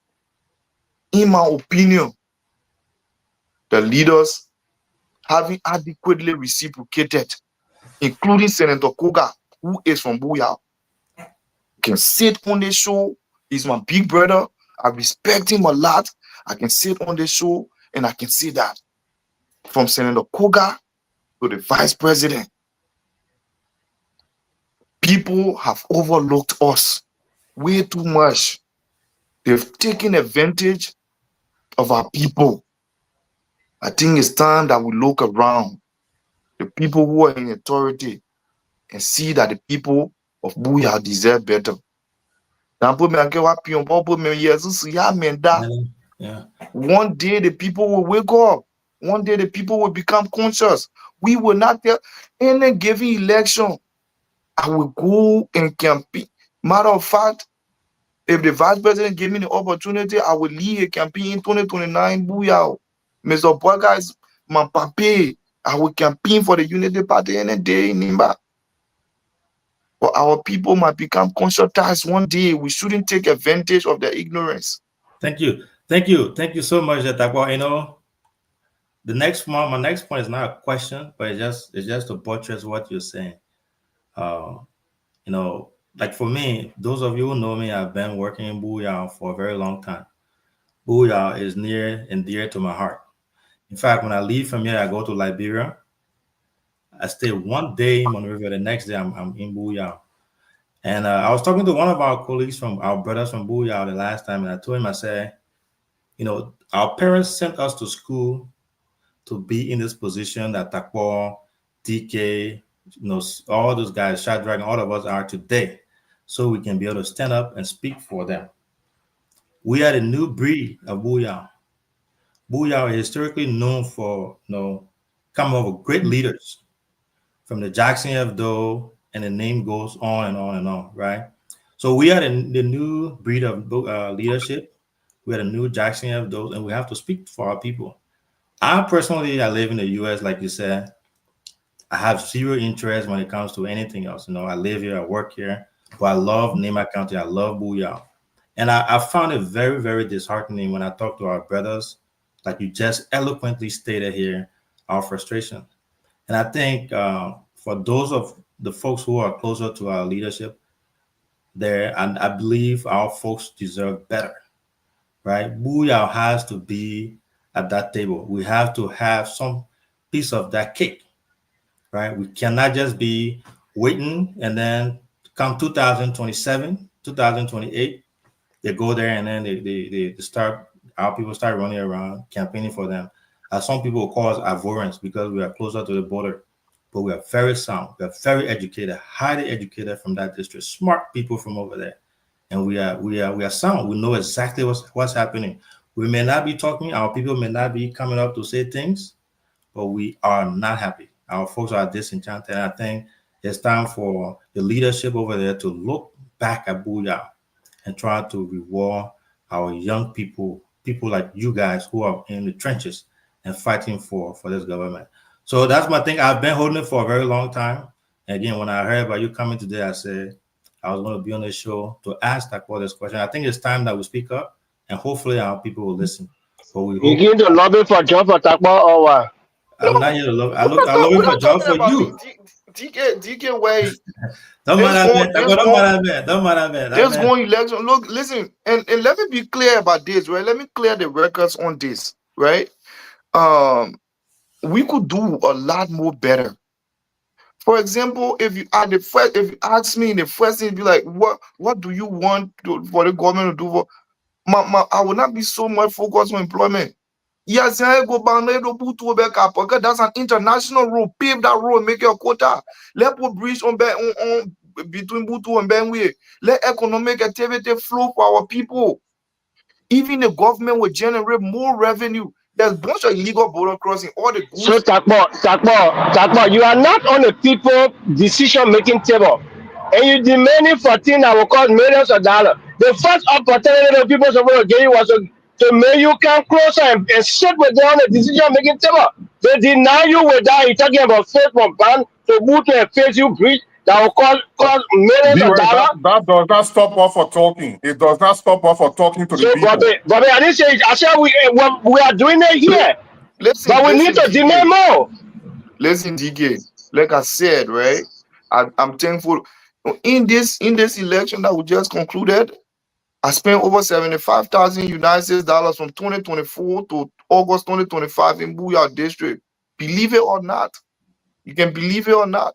I spent over $75,000 personal family resources. One person who helped me in this election was my cousin from District 6, Honorable Tuan Glukia, who stood by me throughout this process.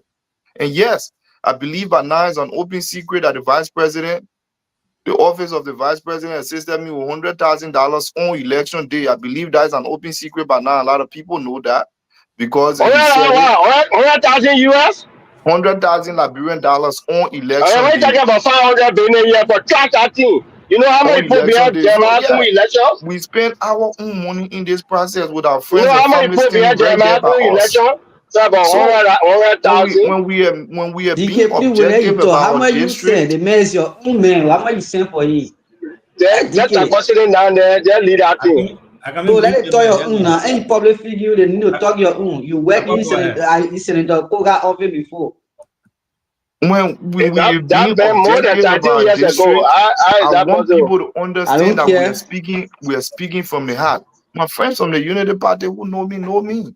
My friends, the people who know me personally, they know me. I'm grateful to God for where I am in life. But that does not translate. Most of our people in Buyao, they live in abject destitution.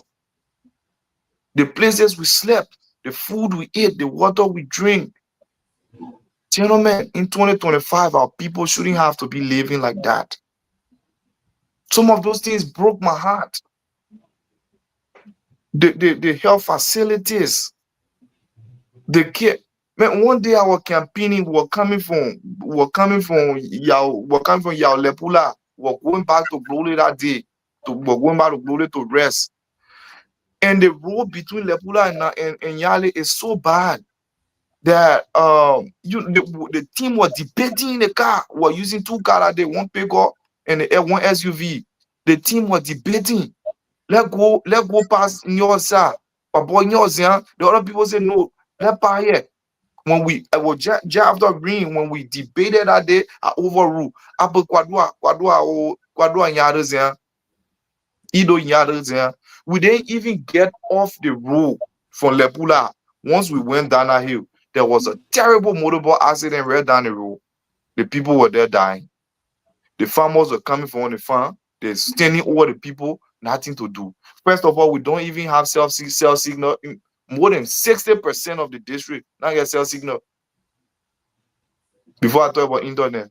So the people standing there, there's no way you will get to ambulance. There's no way. We told those people, we put them in the pickup, we put somebody in the SUV, the rest are all walk and go to town. When we got to the clinic in Yalepula, for all to find the doctor then to come to that hospital that day, the people laying down there dying. Everybody crying, Yoko. It was by the grace of God that those people survived. The doctor called me, he sent me a message around 4-5 a.m. to say, by the grace of God, all of your people you brought here came true. So technically, Alvin, what I'm telling you is our people in Buya live by the grace of God.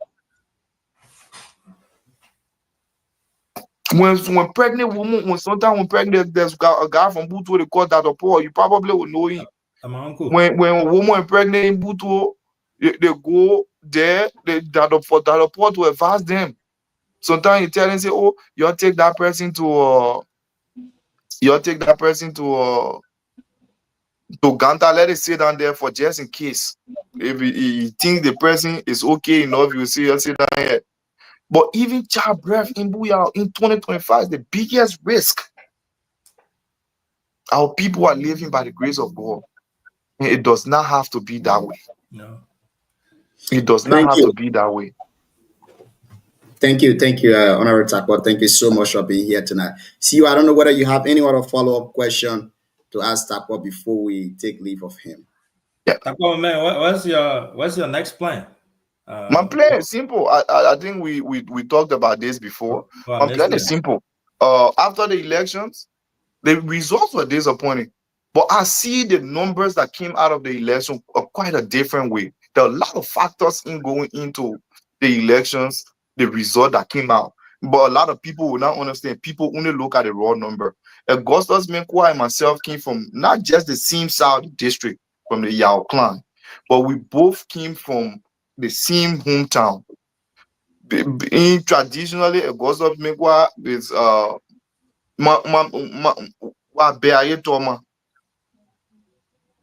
when both of us campaign in Nimba, in District 5, we campaign that the people of District 5 should not share the vote. He campaigned. The only thing he took it campaign a little bit too far. That's all. But both of us campaign that the people should select one person and vote for that person all the way through.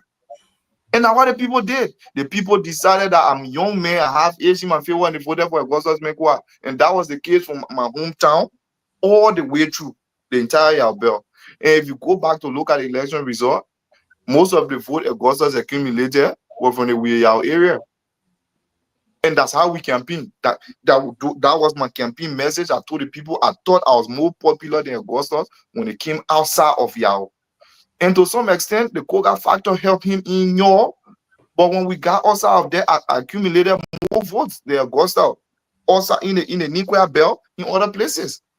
That was my campaign message. The people of Buya, the people from Glole to the people of Yao, they were clear that they think I'm the youngest person, I'm the younger person here. I have age in my favor. Augusta does not have the age in your favor. So the people elected to vote for Augusta.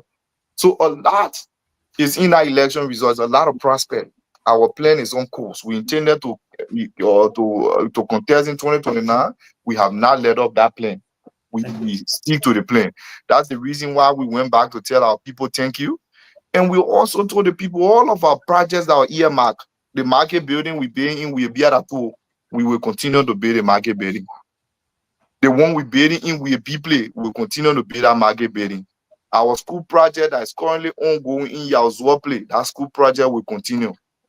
The school building that we have erected in Yauzua Play, we will make sure and see that process all the way through. Thank We you. will make sure and see that school process all the way through. The student tuition that we paid last year, we will continue that tuition.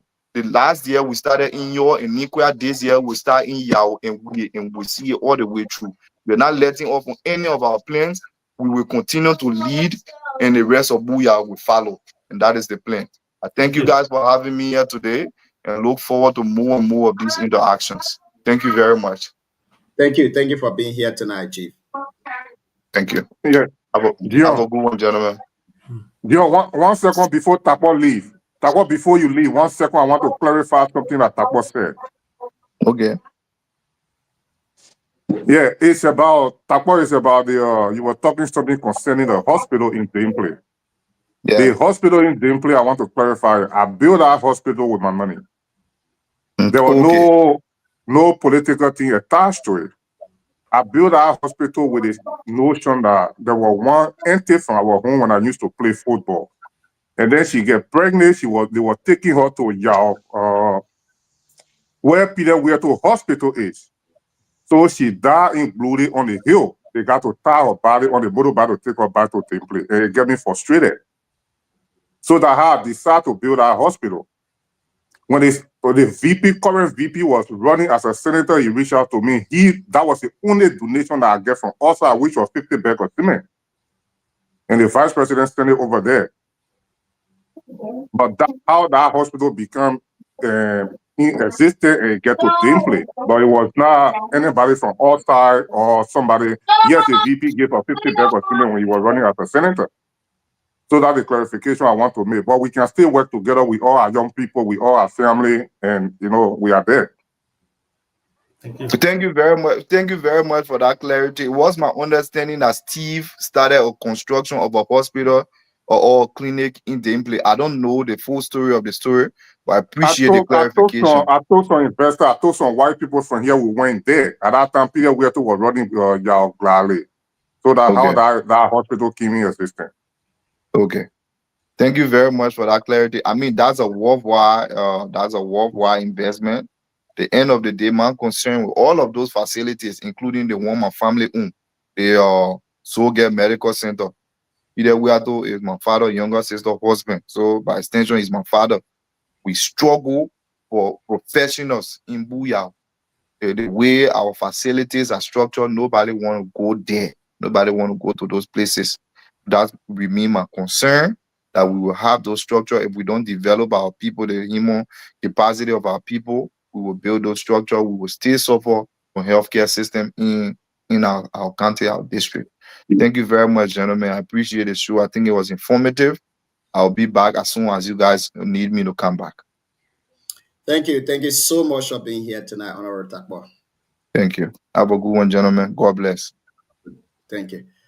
And so, folks, that was the voice of Honorable Takbo A. Mambia, former representative candidate of District 5, Nema County, speaking to us here, VXTV, on a couple of issues ranging from his participation in the just ended by-election in District 5 and also some other national issues here tonight. If you're just joining us on the show, you're listening to the Heat Hour here on BKS TV. On the Heat Hour, we say dialogue and not confrontation. We say words and not bullets. Now, earlier on today, we played the elders of Nema County. We've gone out of our time here, but we're going to discuss this issue. Listen, if you don't want us to discuss, you do not go public. Do not go on social media. We will not come to your house and take a personal thing to discuss it on the platform. We are a media platform. Wherever the news break, we go there to discuss the issue. Recently, let me lay the premise of the discussion so that we can have our 1 cent on the issue. Recently, Senator Samuel Kogat appeared on this platform and he expressed some dissatisfaction in the vice president. And after that, a couple of people took to social media. They said the senator did wrong. And of course, the elders in their own elderly mind, they went to Monrovia recently, and according to them, they intended to meet with the two leaders. But when the elder returned today to when they returned to Nima, they today held a joint press conference.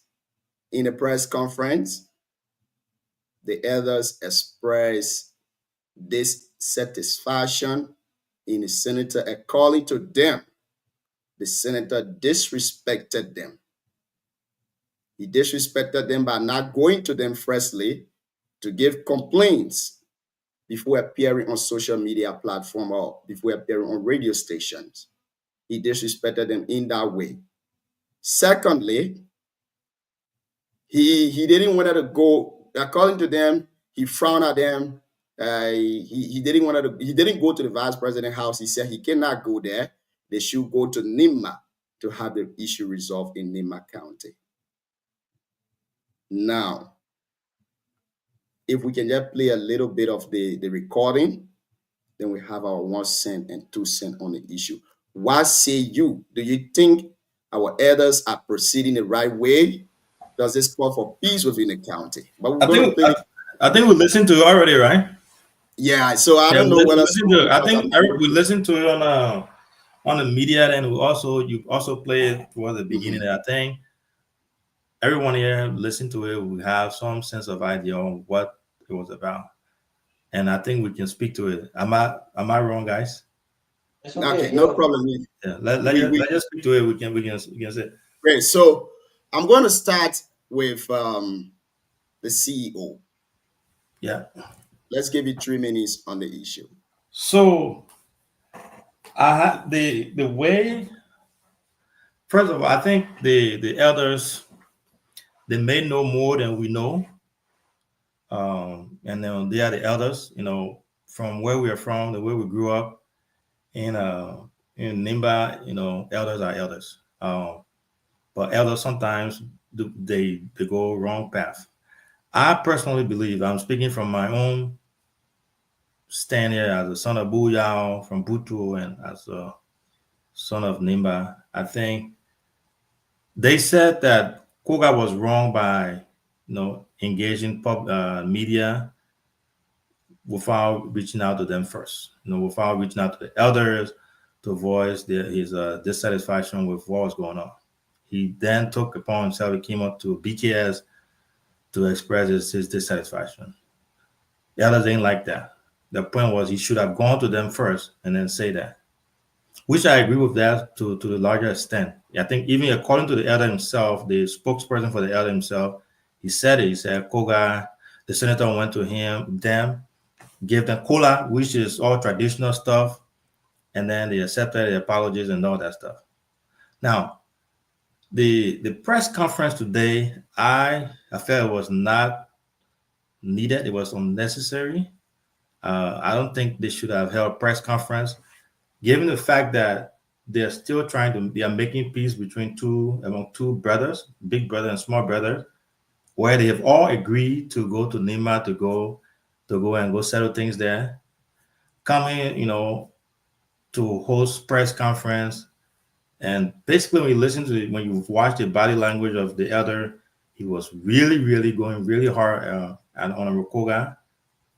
Everyone saw that, and I thought that was a bad message going out, wrong message. Especially when you're trying to settle things. When you try to settle things as elders, what I know from Nimba growing up there, it will stay indoor, it will stay in house, they will stay there and just try to fix things. Coming on air today, all having press conference, elders having press conference, and talking about everything that was discussed indoor, all the process and the plans and everything indoor, and coming out on air to do that. Maybe they know what they're doing. I know they know what they're doing. The elders, they are elders. They are our fathers, which we hold them to the higher esteem, respect them from every angle. But I think it was not really necessary for them to have that press conference. I think it even adds more flame to the fire, given the fact that they did that. Because Koga now, Honorable Koga, may look at it from a different vantage point. His supporters might look at it from a different vantage point. And I personally, from my personal point of view, I think the meeting, the press conference was necessary. Now, that being said, we hope and pray that their brothers, they'll settle it. We hope and pray that the elders do make mistakes too. I think they can learn from that too, try to settle things without coming to media, get everything settled out. At the end of the day, we are Nimba County. Our strength lies in unity, and I know brothers do fight all the time, and they make things, they'll try to settle things. I know this will come and pass. It will be history very soon. Those two brothers are leaders that we are looking up to in the county and also in the country, that we respect, we hold to the high esteem. I know the elders will put things together, and I know at the end of the day, the two leaders will iron things out and fix things. But it happens, that's society. That's what happens and all the time. So I know they'll fix that. That's my point. I just think, to summarize again, I think the meeting, the press conference on that was a little off. It added more flame to the fire. But at the end of the day, I think our people will fix things. Thank you. Thank you. Thank you so much, CEO. Let's hear you, Bobby. I think you followed the story today. After you, we're going to go to Shadrach, Siawate in a fan, so then I can take us home. Yeah, John, thank you very much. On this technical issue, like Alvin said, I'm not going to speak on it that much, but I will say, like Alvin said, from the beginning, on my own as a son of Nimba, the elder, they do the missteps. Number one, but then going to Monrovia was a wrong decision to take. That's my own personal view. If the elders sincerely want to settle this, they should accept for their two sons to come to Nimba. Both of them. If one refuse, then we know who the fault is. But for them to go to Monrovia as a traditional people, I think it was a mistake. But again, they say, according to the speaker, he said, Koga, they said he did respected them, and then he kneeled down, they put money together, they barely forgave him. And Koga left in front of them, they ordered him, or he told them, let me reach out to my little brother. And he called Jerry in front of them. And they said they sorted it out. But again, I would say we're working at the back. I will not say much. We pray for this thing to quench down, because these are the two leaders we depend on in Nimba. You that want to make peace, you can't blow the fire. No. We're working behind the scene, and we pray to God that everything works on fine. Those people, both of them are our children, they are our brothers.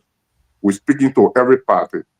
So I will stop here. I won't say much in this, because we are all making, significant effort for this thing to come down. Anybody that has a mean, please join and speak to any of those parties, so Nimba can be one and we can stand united. That's all I can say. Thank you. Thank you so much, Bobby. Even though you didn't speak much, but you raised some cardinal points. But them going to Monrovia, calling to you, it was wrong. Let's hear you, Shadrach. All right, Gino, thank you. So, like, the two speakers rightly said, the CEO and Bobby. I said it before. I said Senator Koga spoke a mind to call for peace, but the media in which he used was wrong. There's the same error the Arabs know made. But I agree that you got a problem between your two sons. You want to settle it. Why take the media? Even if one of your sons they respected you, like you said, must you take the media? Do you think now to control the chat, honor governor, it will be easier when you feel bring your person to the public? So I felt the same way, but probably felt that it was a big mistake. But then, even though they are fathers, but sometimes when they are wrong, they will sing it out also. They will hear it, and next time they won't be same mistake. I think Senator Koga realized the mistake, and he apologized to the elder them for that. So the elder too, I think they made mistake by bringing out what was the outcome of their first engagement with their two sons. Let me agree that they are coming to Monrovia. It was now 100% good, but equally so, even if they are gone without announcing it and maybe meet somewhere in secret, confidentially and discuss issue, it won't be the problem to me. The matter of fact, we just want for issue to be resolved. For me, I'm not thinking where should it be resolved to be the right thing, but it should be resolved. But when the main steps are taken, we should know all from it. Our fathers, they are elders of the county. When they speak, we all hear to them. So they should not be the one sitting the sport against, where the summer cook for speaking publicly without going back to them. They can't do the same thing. That is contradiction. It was a serious contradiction for their part. They should have no exercise restraint and no relation to sense say, let's go to Nema and call them. If they call them Nema, he don't offer settlement. Then maybe if they coming out now, people will have no how they call it, reason to agree with them. But when they are already coming out just because of the first engagement, somebody disagree with them, or maybe there's something that was wrong, against their will, according to them, it was not the appropriate way to address the issue, especially on media. But they should have kept it quiet and also discuss it close to and keep prevailing on it to come home or meeting anywhere to settle that issue. So for me, the issue between the vice president and the Koga, I always say that for us now, every time we discuss it, I'm going to amplifying it to me, because there are two leaders, but there are three major. They are all leaders for a country. Shadrach, let me ask you real quick, right? Did we go behind the elders to discuss the issue? Did we force them to appear on TV platform? No, that's what I'm saying. Yeah, that's what I'm saying. We now start making stories. Yeah, that's the point I want to make. Yeah, I'm asking you, right? Did we go to them to tell them to say this or say that? Yeah, go ahead. You can't ask me then after what I said again. Ask me, give me a chance to answer the main defense statement I made, that I don't want to be amplifying it in the sense that when you even got problem in your home as a father of the home, if every day you come home, you told I want to only hear the children, they will want to irritate them, and some of them they will not even respect you again for saying one thing over and over. I'm not saying you are fabricating news or you speaking against elders. No. I sat here, the simply I said I don't move and condemn the elder their action by coming on to the media to speak what they spoke again yesterday. That's my point. So they amplify the situation in a different form. So why internet using the Starlink? Why thank you. I think my normal internet. No, because major sticky, when you stick, then you go and come back, you stick, come back. So I want to make sure if that Starlink. No, last time I see one reason is taking problem. One reason is very bad. Thank you. So much. That's my opinion. Thank you so much, Shadrach. Siawete, let's hear you.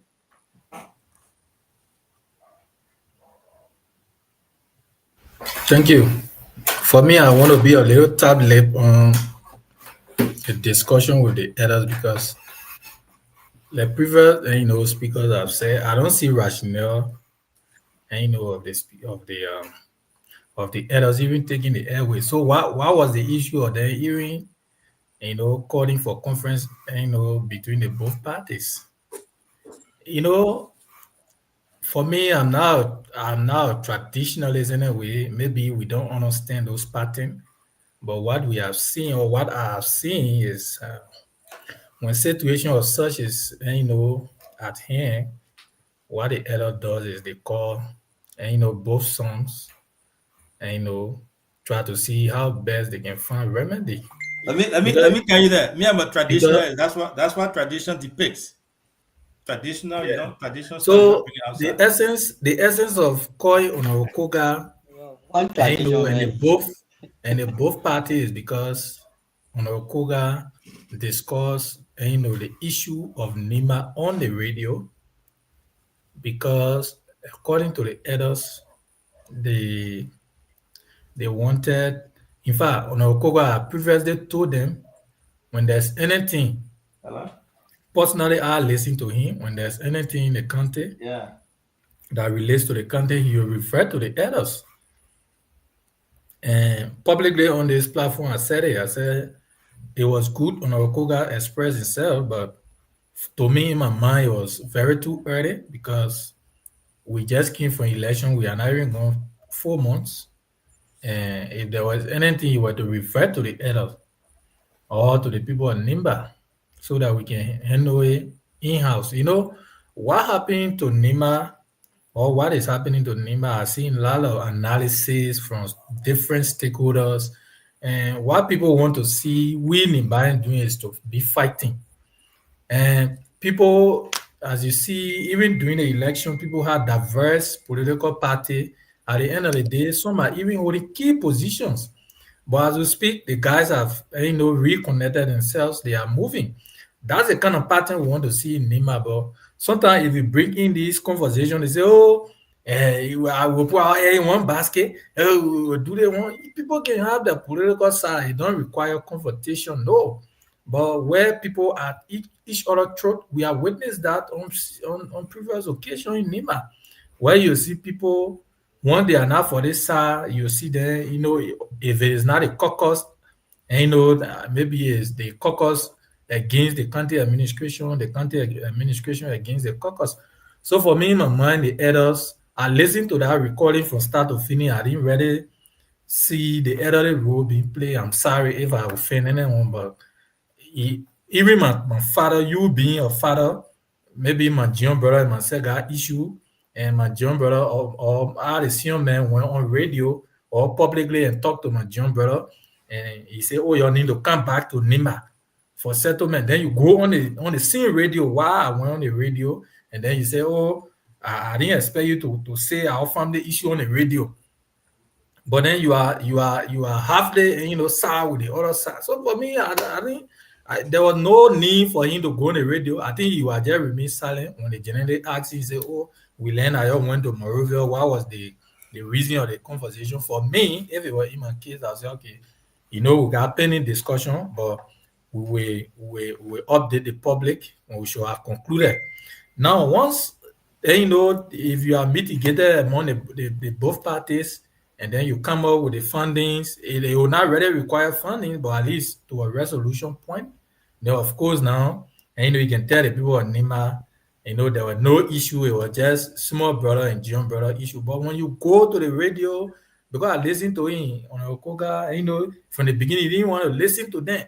He didn't want all those things, not necessary. You are blowing, and you are flaming the situation. That's why for me, I said, I remain tight-lipped. Nimba, the way we're looking now, I think in the absence of Senator Johnson and a lot of others who are going to the great beyond, we will struggle on a lot of things from what I see, because people want to appease, and other side, people want to appease, and only because Sajwa is to this place, people want to appease him, and because to the other side. So there was no, once you try to do that, the public will look at you like you are taking your side. So for me, in my mind, the elders, they needed to not have spoken on the radio, because they are already indicting on Okoga on why he went on the radio. Right. So you are not resolved the situation. Why are you going on the radio? So for me, it don't require them to go on the radio. You're not tight-lipped, you say you're going to be tight-lipped, but you're not tight-lipped.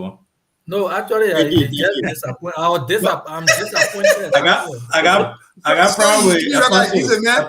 I got problem with Afonso. Afonso, why I said, but traditional man, you laugh. No. Let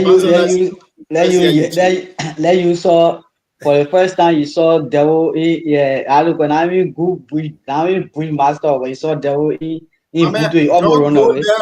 You almost run away.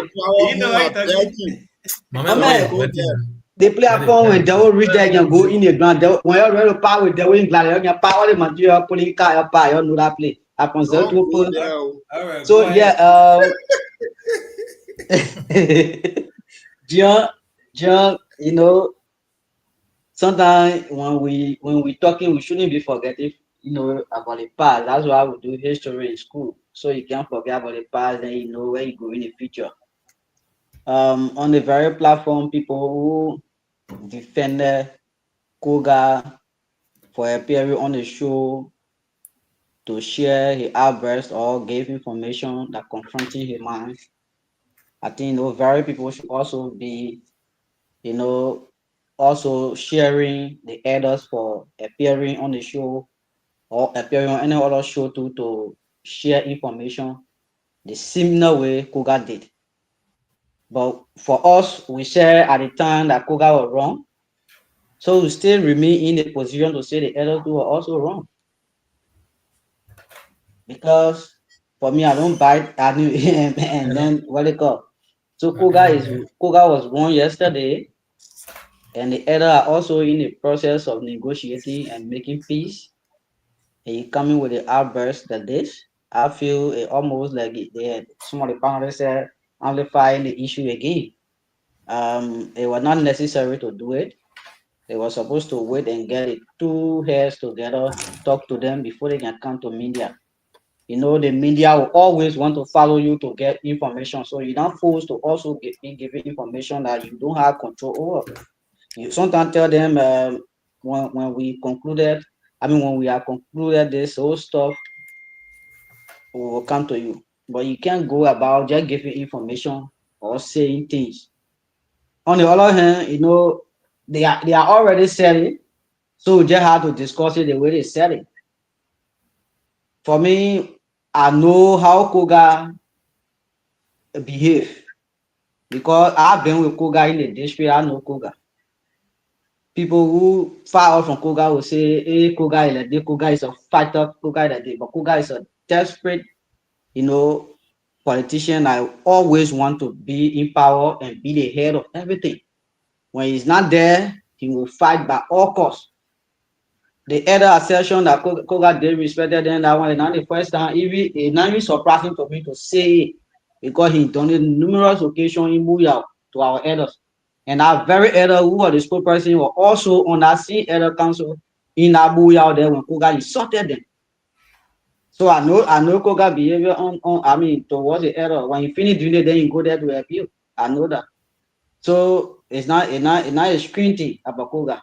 But Habie, they are already brought everything in the media, so they have to talk it the way they brought it. What's the role of the elder now from your analysis? What? You are prejudging from your analysis. That's why I'm asking you. Yeah, I'm not getting your answer. Your question. What the role of the point is? I'm saying you are saying Koga, because what was discussed what they are not kind of like, but the elder is saying, according to you, you are quoting the elder, and according to you, you are also giving references of what happened before. That he can once he go to do certain things, he will do it, and at the end of the day, he appeal to the elder. My point is, what was the role of the elder actually coming to town? What was the reason? What really was the reason? I've already said it from the onset, just that they are already bringing media. I said if you are going to settle dispute between people, as long as you are not concluded it, you don't have to come to media. That's what I said. So they are going there to settle dispute, and they are not being settled. They said they are going to come to Nima. So the only thing they're supposed to inform the media that the two sons will be coming to Nima. We will do this after the settlement. Will come to the media to let you know. So do you think we're ready? That's why I think they're supposed to have done, but they are already done the gun, brother. So do you think the elders are in a position to resolve any issue even in the future? I'm not talking about this. No, the very first thing is Celtic to be friend with you. The issue of elder is not by age, it's just the maturity. Elder is wisdom. Nima Kante actually don't have elder for now. The reason is common. You cannot have elder that is affiliating with a political party or a member of a political party that will want to go settle dispute between two opposing parties or two different political parties. They will have favor. The elder you are just talking with, one way or the other, he's a supporter of Unity Party and also a supporter of MDR. two different things. You don't know him. I know him very well. I don't want to just be cordial. I know him very well. We are at all. So, and just by that, the other elders around there, all of them are part of the political party in the country. So, how you expect them to go settle dispute? Elders should be neutral. Neutral people in the political landscape. They should be neutral people. You can't have them in political party go settle dispute. Political dispute will not work. They will always take side. That's the problem. So there is no elder now in Nima to settle dispute. Why the student said Koga, you're supposed to go to the elder. Koga not supposed to go to the elder, what we call chief, traditional council, chief elder, this and that. They are not the elders of the country. The very town they enter in Agbo region that the Caribbean Johnson by to generally not to enter. Exactly. Why Koga went that day is a traditional man went there. Why he not go to those people and say, oh, please come and follow here? That these are people we're talking about. Not people who part of the political party around there calling say elders. With no due respect, they are not elders. Thank you, Pastor. Thank you. John, 1 minute. Let me just 1 minute, please. That old man who spoke today, I think recently as you may be aware, that old man is acting. I think he's one of the paramount chief. And old man Raul Senior recently had some misunderstanding at the chief and elder council there. And old man Zekbe, the county administrator, appointed him as acting head of the chief and elder council. So he's playing that role this few times. And by virtue now, the man is acting in that position, so he want to maybe. He's the godfather. He's the godfather. Where Frankie doing? Grace, we're coming to you. Grace, you. Grace,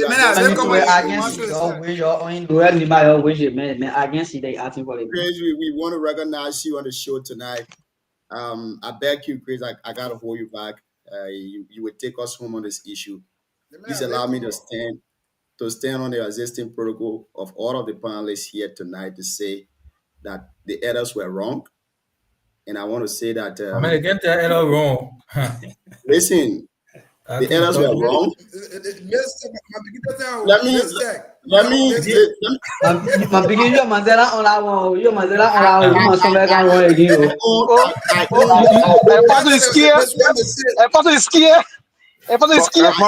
you are already come out to say there is no error. Why are you scared to say error wrong? Yeah, so I beg you.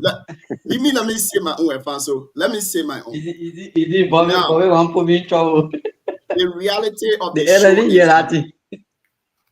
is, like Siawete said, those guys appeared today, the elders appeared today on the media. They didn't have anything to say. I think they appear on media to denigrate the senator, who is one of the senior elders of the county. They appear on media today to denigrate him. They didn't appear to give any update about issues that they had in Monrovia.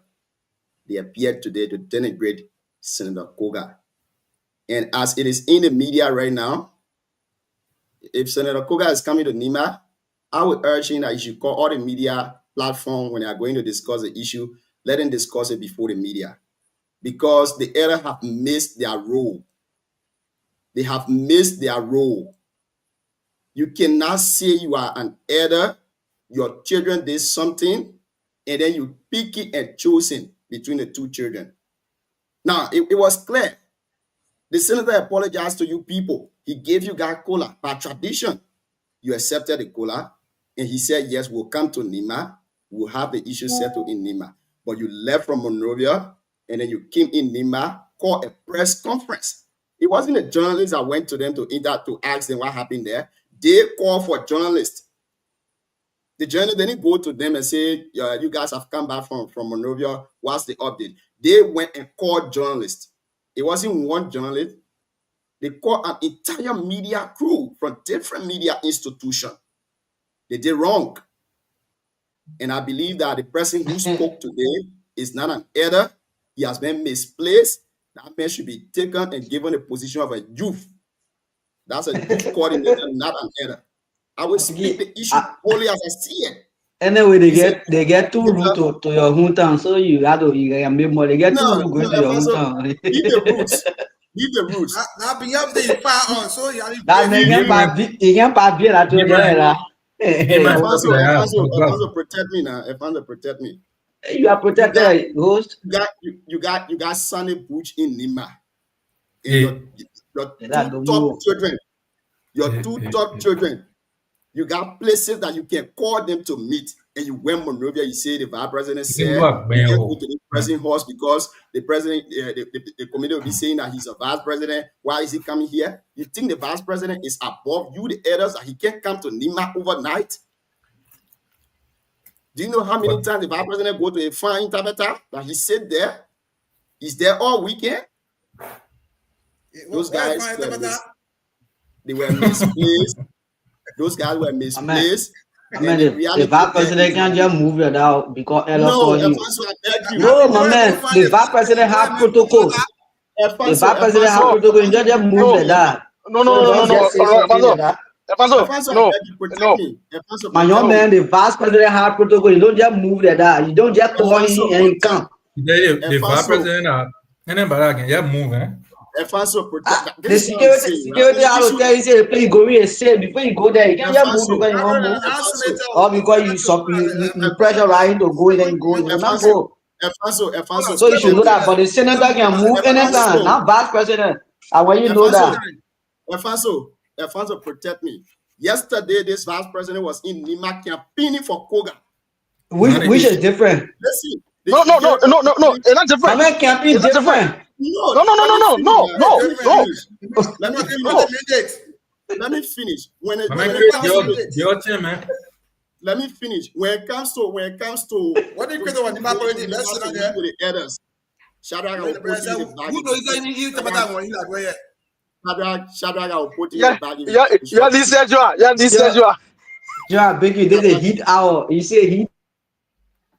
No, I gotta make my point. When you were making your point, I didn't say anything. Yesterday, the same vice president came to Nima, campaigned vigorously for this senator. He moved from one town to another. He slept in towns. He went camping, went to other rural places. He was secure, he was safe. He was secure, he was safe. But today, something transpired, and you guys saying security will not allow him to come to Nima, where he was recently campaigning in every corner. Let's get this right. Those people were paid agents. They are not elders. And I believe that the guy who spoke today, he's not an elder. He was misplaced. And I know that the supporters of the vice president will say, yeah, Junior, you don't have to go against it. You just say things like that. No. If the right thing is done, we say it on the platform. Here. We all say, okay, this was wrong. Even though no, Siawete, I beg you. Don't make me put you in the bag now, Siawete, I beg you. Let me say my thing. You said today you'll be tape late on the issue. Me, I'm not being tape late on the issue. I want to voice it out. Somebody will say, Junior, you supporting. Somebody will say, Junior, you are an opposition. I'm not an opposition. I didn't call those elders to say go and speak. Let me ask you, Junior. Say this, say that. I want to ask you too. I want to ask you to break. No, I need to remember who position to your win. Now let me finish. Yeah, Sandra. So let me ask you this question: have you ever inquired for an elder to say they call it Papa to go to Nima, he refused to go? They talk about why he not go to Nima. That's why I said they are not elders. They don't know the procedure. Because they walked upon themselves and went to Monrovia, according to them. Nobody lodged complaint. The senator didn't lodge complaint to them. The vice president didn't lodge complaint to them. But they hear information on the radio and they went to Monrovia. So you cannot call them to come in Nima. You got places you can enter. You say people cannot enter there. Those two people can enter that place. And you don't call them to settle the dispute, but you went Monrovia for DSA Bennett. All of the allegation, Gio. Everything you talking about allegation. Nobody know about DSA Bennett. I don't want moment they show that Bishop we shouldn't be making petty allegations here, man.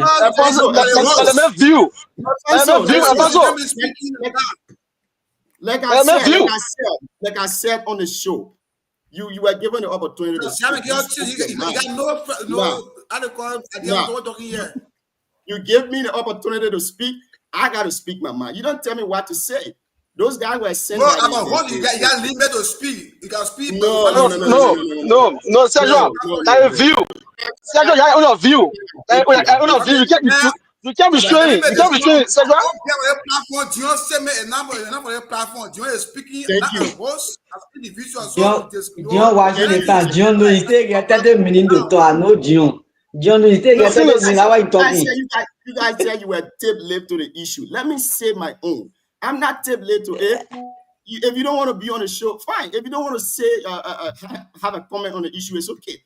But those guys, like I said, they were sent by the vice president, and they appeared today not to resolve dispute, but they appear to denigrate the senator, to make him look little to the people of Nima County. As elders, they did wrong, and I believe the person who spoke today on behalf of the elders, he was misplaced in that position. And I think the Chief and Elder Council of Nima have to call him to order. They have to call him to order. I'm pretty sure before we wake up tomorrow morning, a group of elders will go on the media to say something contrary to what the elder said today, because they did wrong. They did absolutely wrong. Absolutely wrong. You're paying another group to debunk you now. Frankie Towe will spearhead our group because he's a brave man that we know. I mean, Frankie Towe will spearhead group and you can see the people. Chris, Silly, let's hear you. Let's give you the opportunity. What say you on this issue? Thank you. Thank you, Gio. I know Sergio are trying to protect the VP, but the action of those elders are leading to the video. People will always think the position they make today. People will think that they have been sent by the vice president. You got to be real to the issue. The vice president got to talk. So Sandra, say the issue that right. I have a very traditional background. That's why when I look at issue critically, when I phone is I know when it's a tradition. I know better tradition is Sandra. I'm not telling you. So to the issue, I think that what the elders should have done to send for those guys to come to Nima. You cannot leave and go Monrovia to those people. And Koga per tradition. You know he was guilty. But I think Koga came from the traditional background. That's why he gave up with Koga. The tradition. He saw those elders when he can't. He gave up Koga. The Koga did not mean you were guilty. No. But he accepted them to come to his house or in Monrovia. Give him a Koga that this is my clear heart. Whatever you're calling off and waiting to come. That could be the industry for the Koga issue. But for the elder to come to the media to have press conference, it put them in different situation. Let's be real. If you want to settle the issue between two sons of the country, stay over the media, do all the investigation. But when they spoke today, that they are already concluded. If you listen to the video, the recording, what they said today, they already concluded, they already do the investigation. They already assume that Koga is wrong. No. Koga can't inspire your mind. I don't think that Koga coming to speak your mind is wrong thing. People say, oh, Koga wrong kind of media. No. He wasn't wrong. Intention. I'm listening. I'm listening. So they don't say Koga is wrong. They say Koga disrespected them. So they are now investigating. I come in. Why make Koga be disrespected? Click on the media. Where were they don't speak to the media? Where were those errors? Where were those errors when Koga when Senator Johnson didn't speak to the media? Where were those errors? Chris, the problem we're facing in Nima is that we are being too much of a servant to politicians instead of them being a servant to us. This is what I'm seeing with Shadrach, all of the supporters of the vice president. Yesterday, Senator Johnson was on recording complaining that when the White House and Democrats code came, nobody knew that he signed an agreement in 2010 that President Barker is signatory to. But when he called on radio He made that allegation that he called the vice president, and the vice president told him, this thing is above my level. He made all his disagreement public. And the vice president, according to the recording I have in my possession. I think it's a daughter recording. The listener that No. I will give you 5,000 to go for lawyer. The elders didn't come, they didn't leave from Nima to go to Monrovia to settle that thing between them. They didn't say, our son vice president, this is what is happening to the senator. Let's come back home and have a discourse. They didn't do it, but because all of them are being bought, and they are national, I know how you get the on national issue, the one becoming Nima, I can't discuss the entire like what issue. No, the issue, listen. Yes, Epaso, get it wrong. If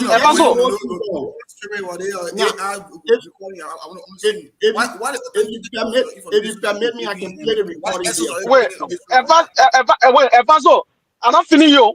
I was speaking the injection. Let me tell you, Epaso said you rely with the step by step. No, I'm not on you. You can go ahead, my brother. Where were those errors yesterday? Nima will get ECC. I will get ECC Nima. Leaders in Nima went local head in Nima. The error never intervened in Nima. I will need more than 7. Yeah, where were they yesterday? Number one, between Tigo Jode and Matinga Tingman. Tigo and Matinga Tingman. Where were those errors? Where was those errors in Nima? What happened between them? You are saying Nima. Two of them went local heads on the media. They went local heads in the media. I was in the media that time. When Tigo said, when the virus that he going Nima, the virus that he came over the country, go there, we couldn't stay there. Media people say having Nima. Where were those errors? What were those errors when I come in? Yeah. So the issue is, where were those errors was in the Johnson party? Well, some people in Nima to remove from the party. Where were those errors yesterday couldn't intervene? What were those errors? When so I come in, Central, please. Relax. Because these are things that affected the source of Nima. These are things that affected the source of Nima. No errors intervened yesterday. What happened today? Because we have vice president, so that will protect the vice president. Agree. But what become the feelings of the other people? What become the feelings of other people that him? So I'm saying that if the errors of Nima on the settle issue, what the people are doing was simple to invite up people to come to Nima. Stay off in the media. Now you not solve the issue here, you not resolve the issue here. You go to the media and they still mail like you say, oh, Kuga Davis better. Yeah, but go to the media, not come to you. When you look at the content in the Kuga sport in, people say you are running the media. I think he said in his statement, he are going to President Bwaka. That was a lot alternative. The hardest seat on the lane, you are going to the man. That was a last alternative. So why put the whole thing against the Kuga wrong? So I think the elders don't play the elder role. They're not behaving like a follower. Those elders not behaving like a follower. If they continue what they're doing, they will be split. I want come in. I want to come in so I can leave. I have to run. So what the elders doing? What the elders doing? They continue. It will be split between the sons and daughters in Nima.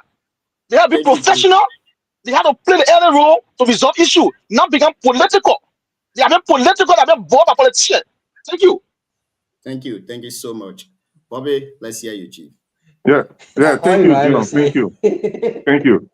Like I said earlier, I'll let leave this thing instead of putting fire under it. Let's just leave it as it is. Let all those that can reach out to those two people, let all reach to them with peace. And then bring them together. I believe the elder there has a good intention, but they carry on a lot of missteps. That's the only problem I can see. Simple. They have good intention, but there are a lot of missteps.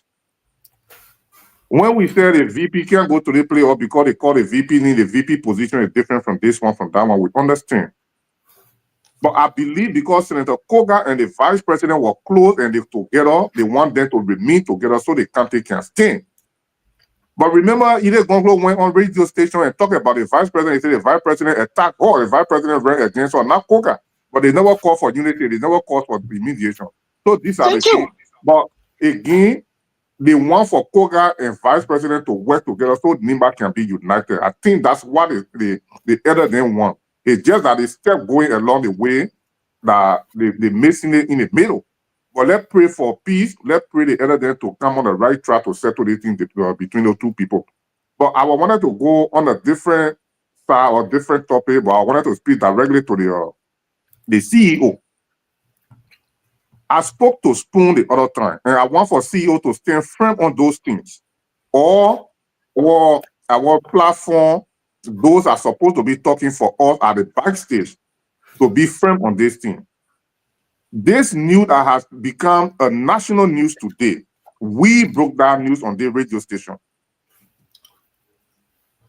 But when this thing went up air, when it went to go all over and be viral today, none of the platform, it went viral when Spoon TV screenshot our conversation and placed it on Spoon platform. But they never acknowledged our platform that broke this news. And we have never said anything about it. We built our platform by ourselves, not with Spoon. So a Spoon is making our conversation as a talking point. They should acknowledge or into it.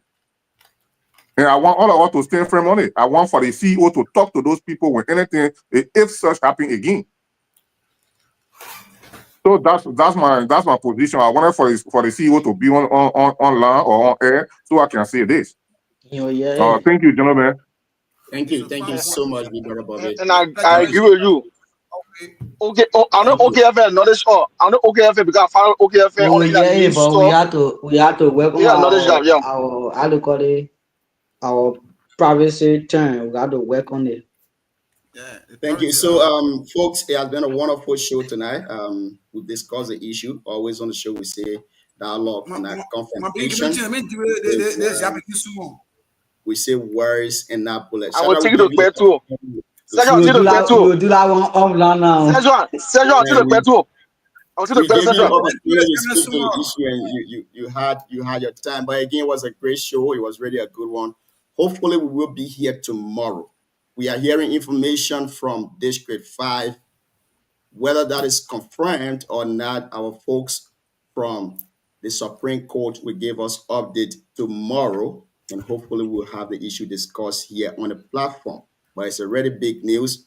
It's a really, really, really big news, and we've tried to contact those that have the news in their possession, and they are telling us tomorrow, after they have met in court, they will give us updates from there. So if it's going to court, why are you scared to talk about it then?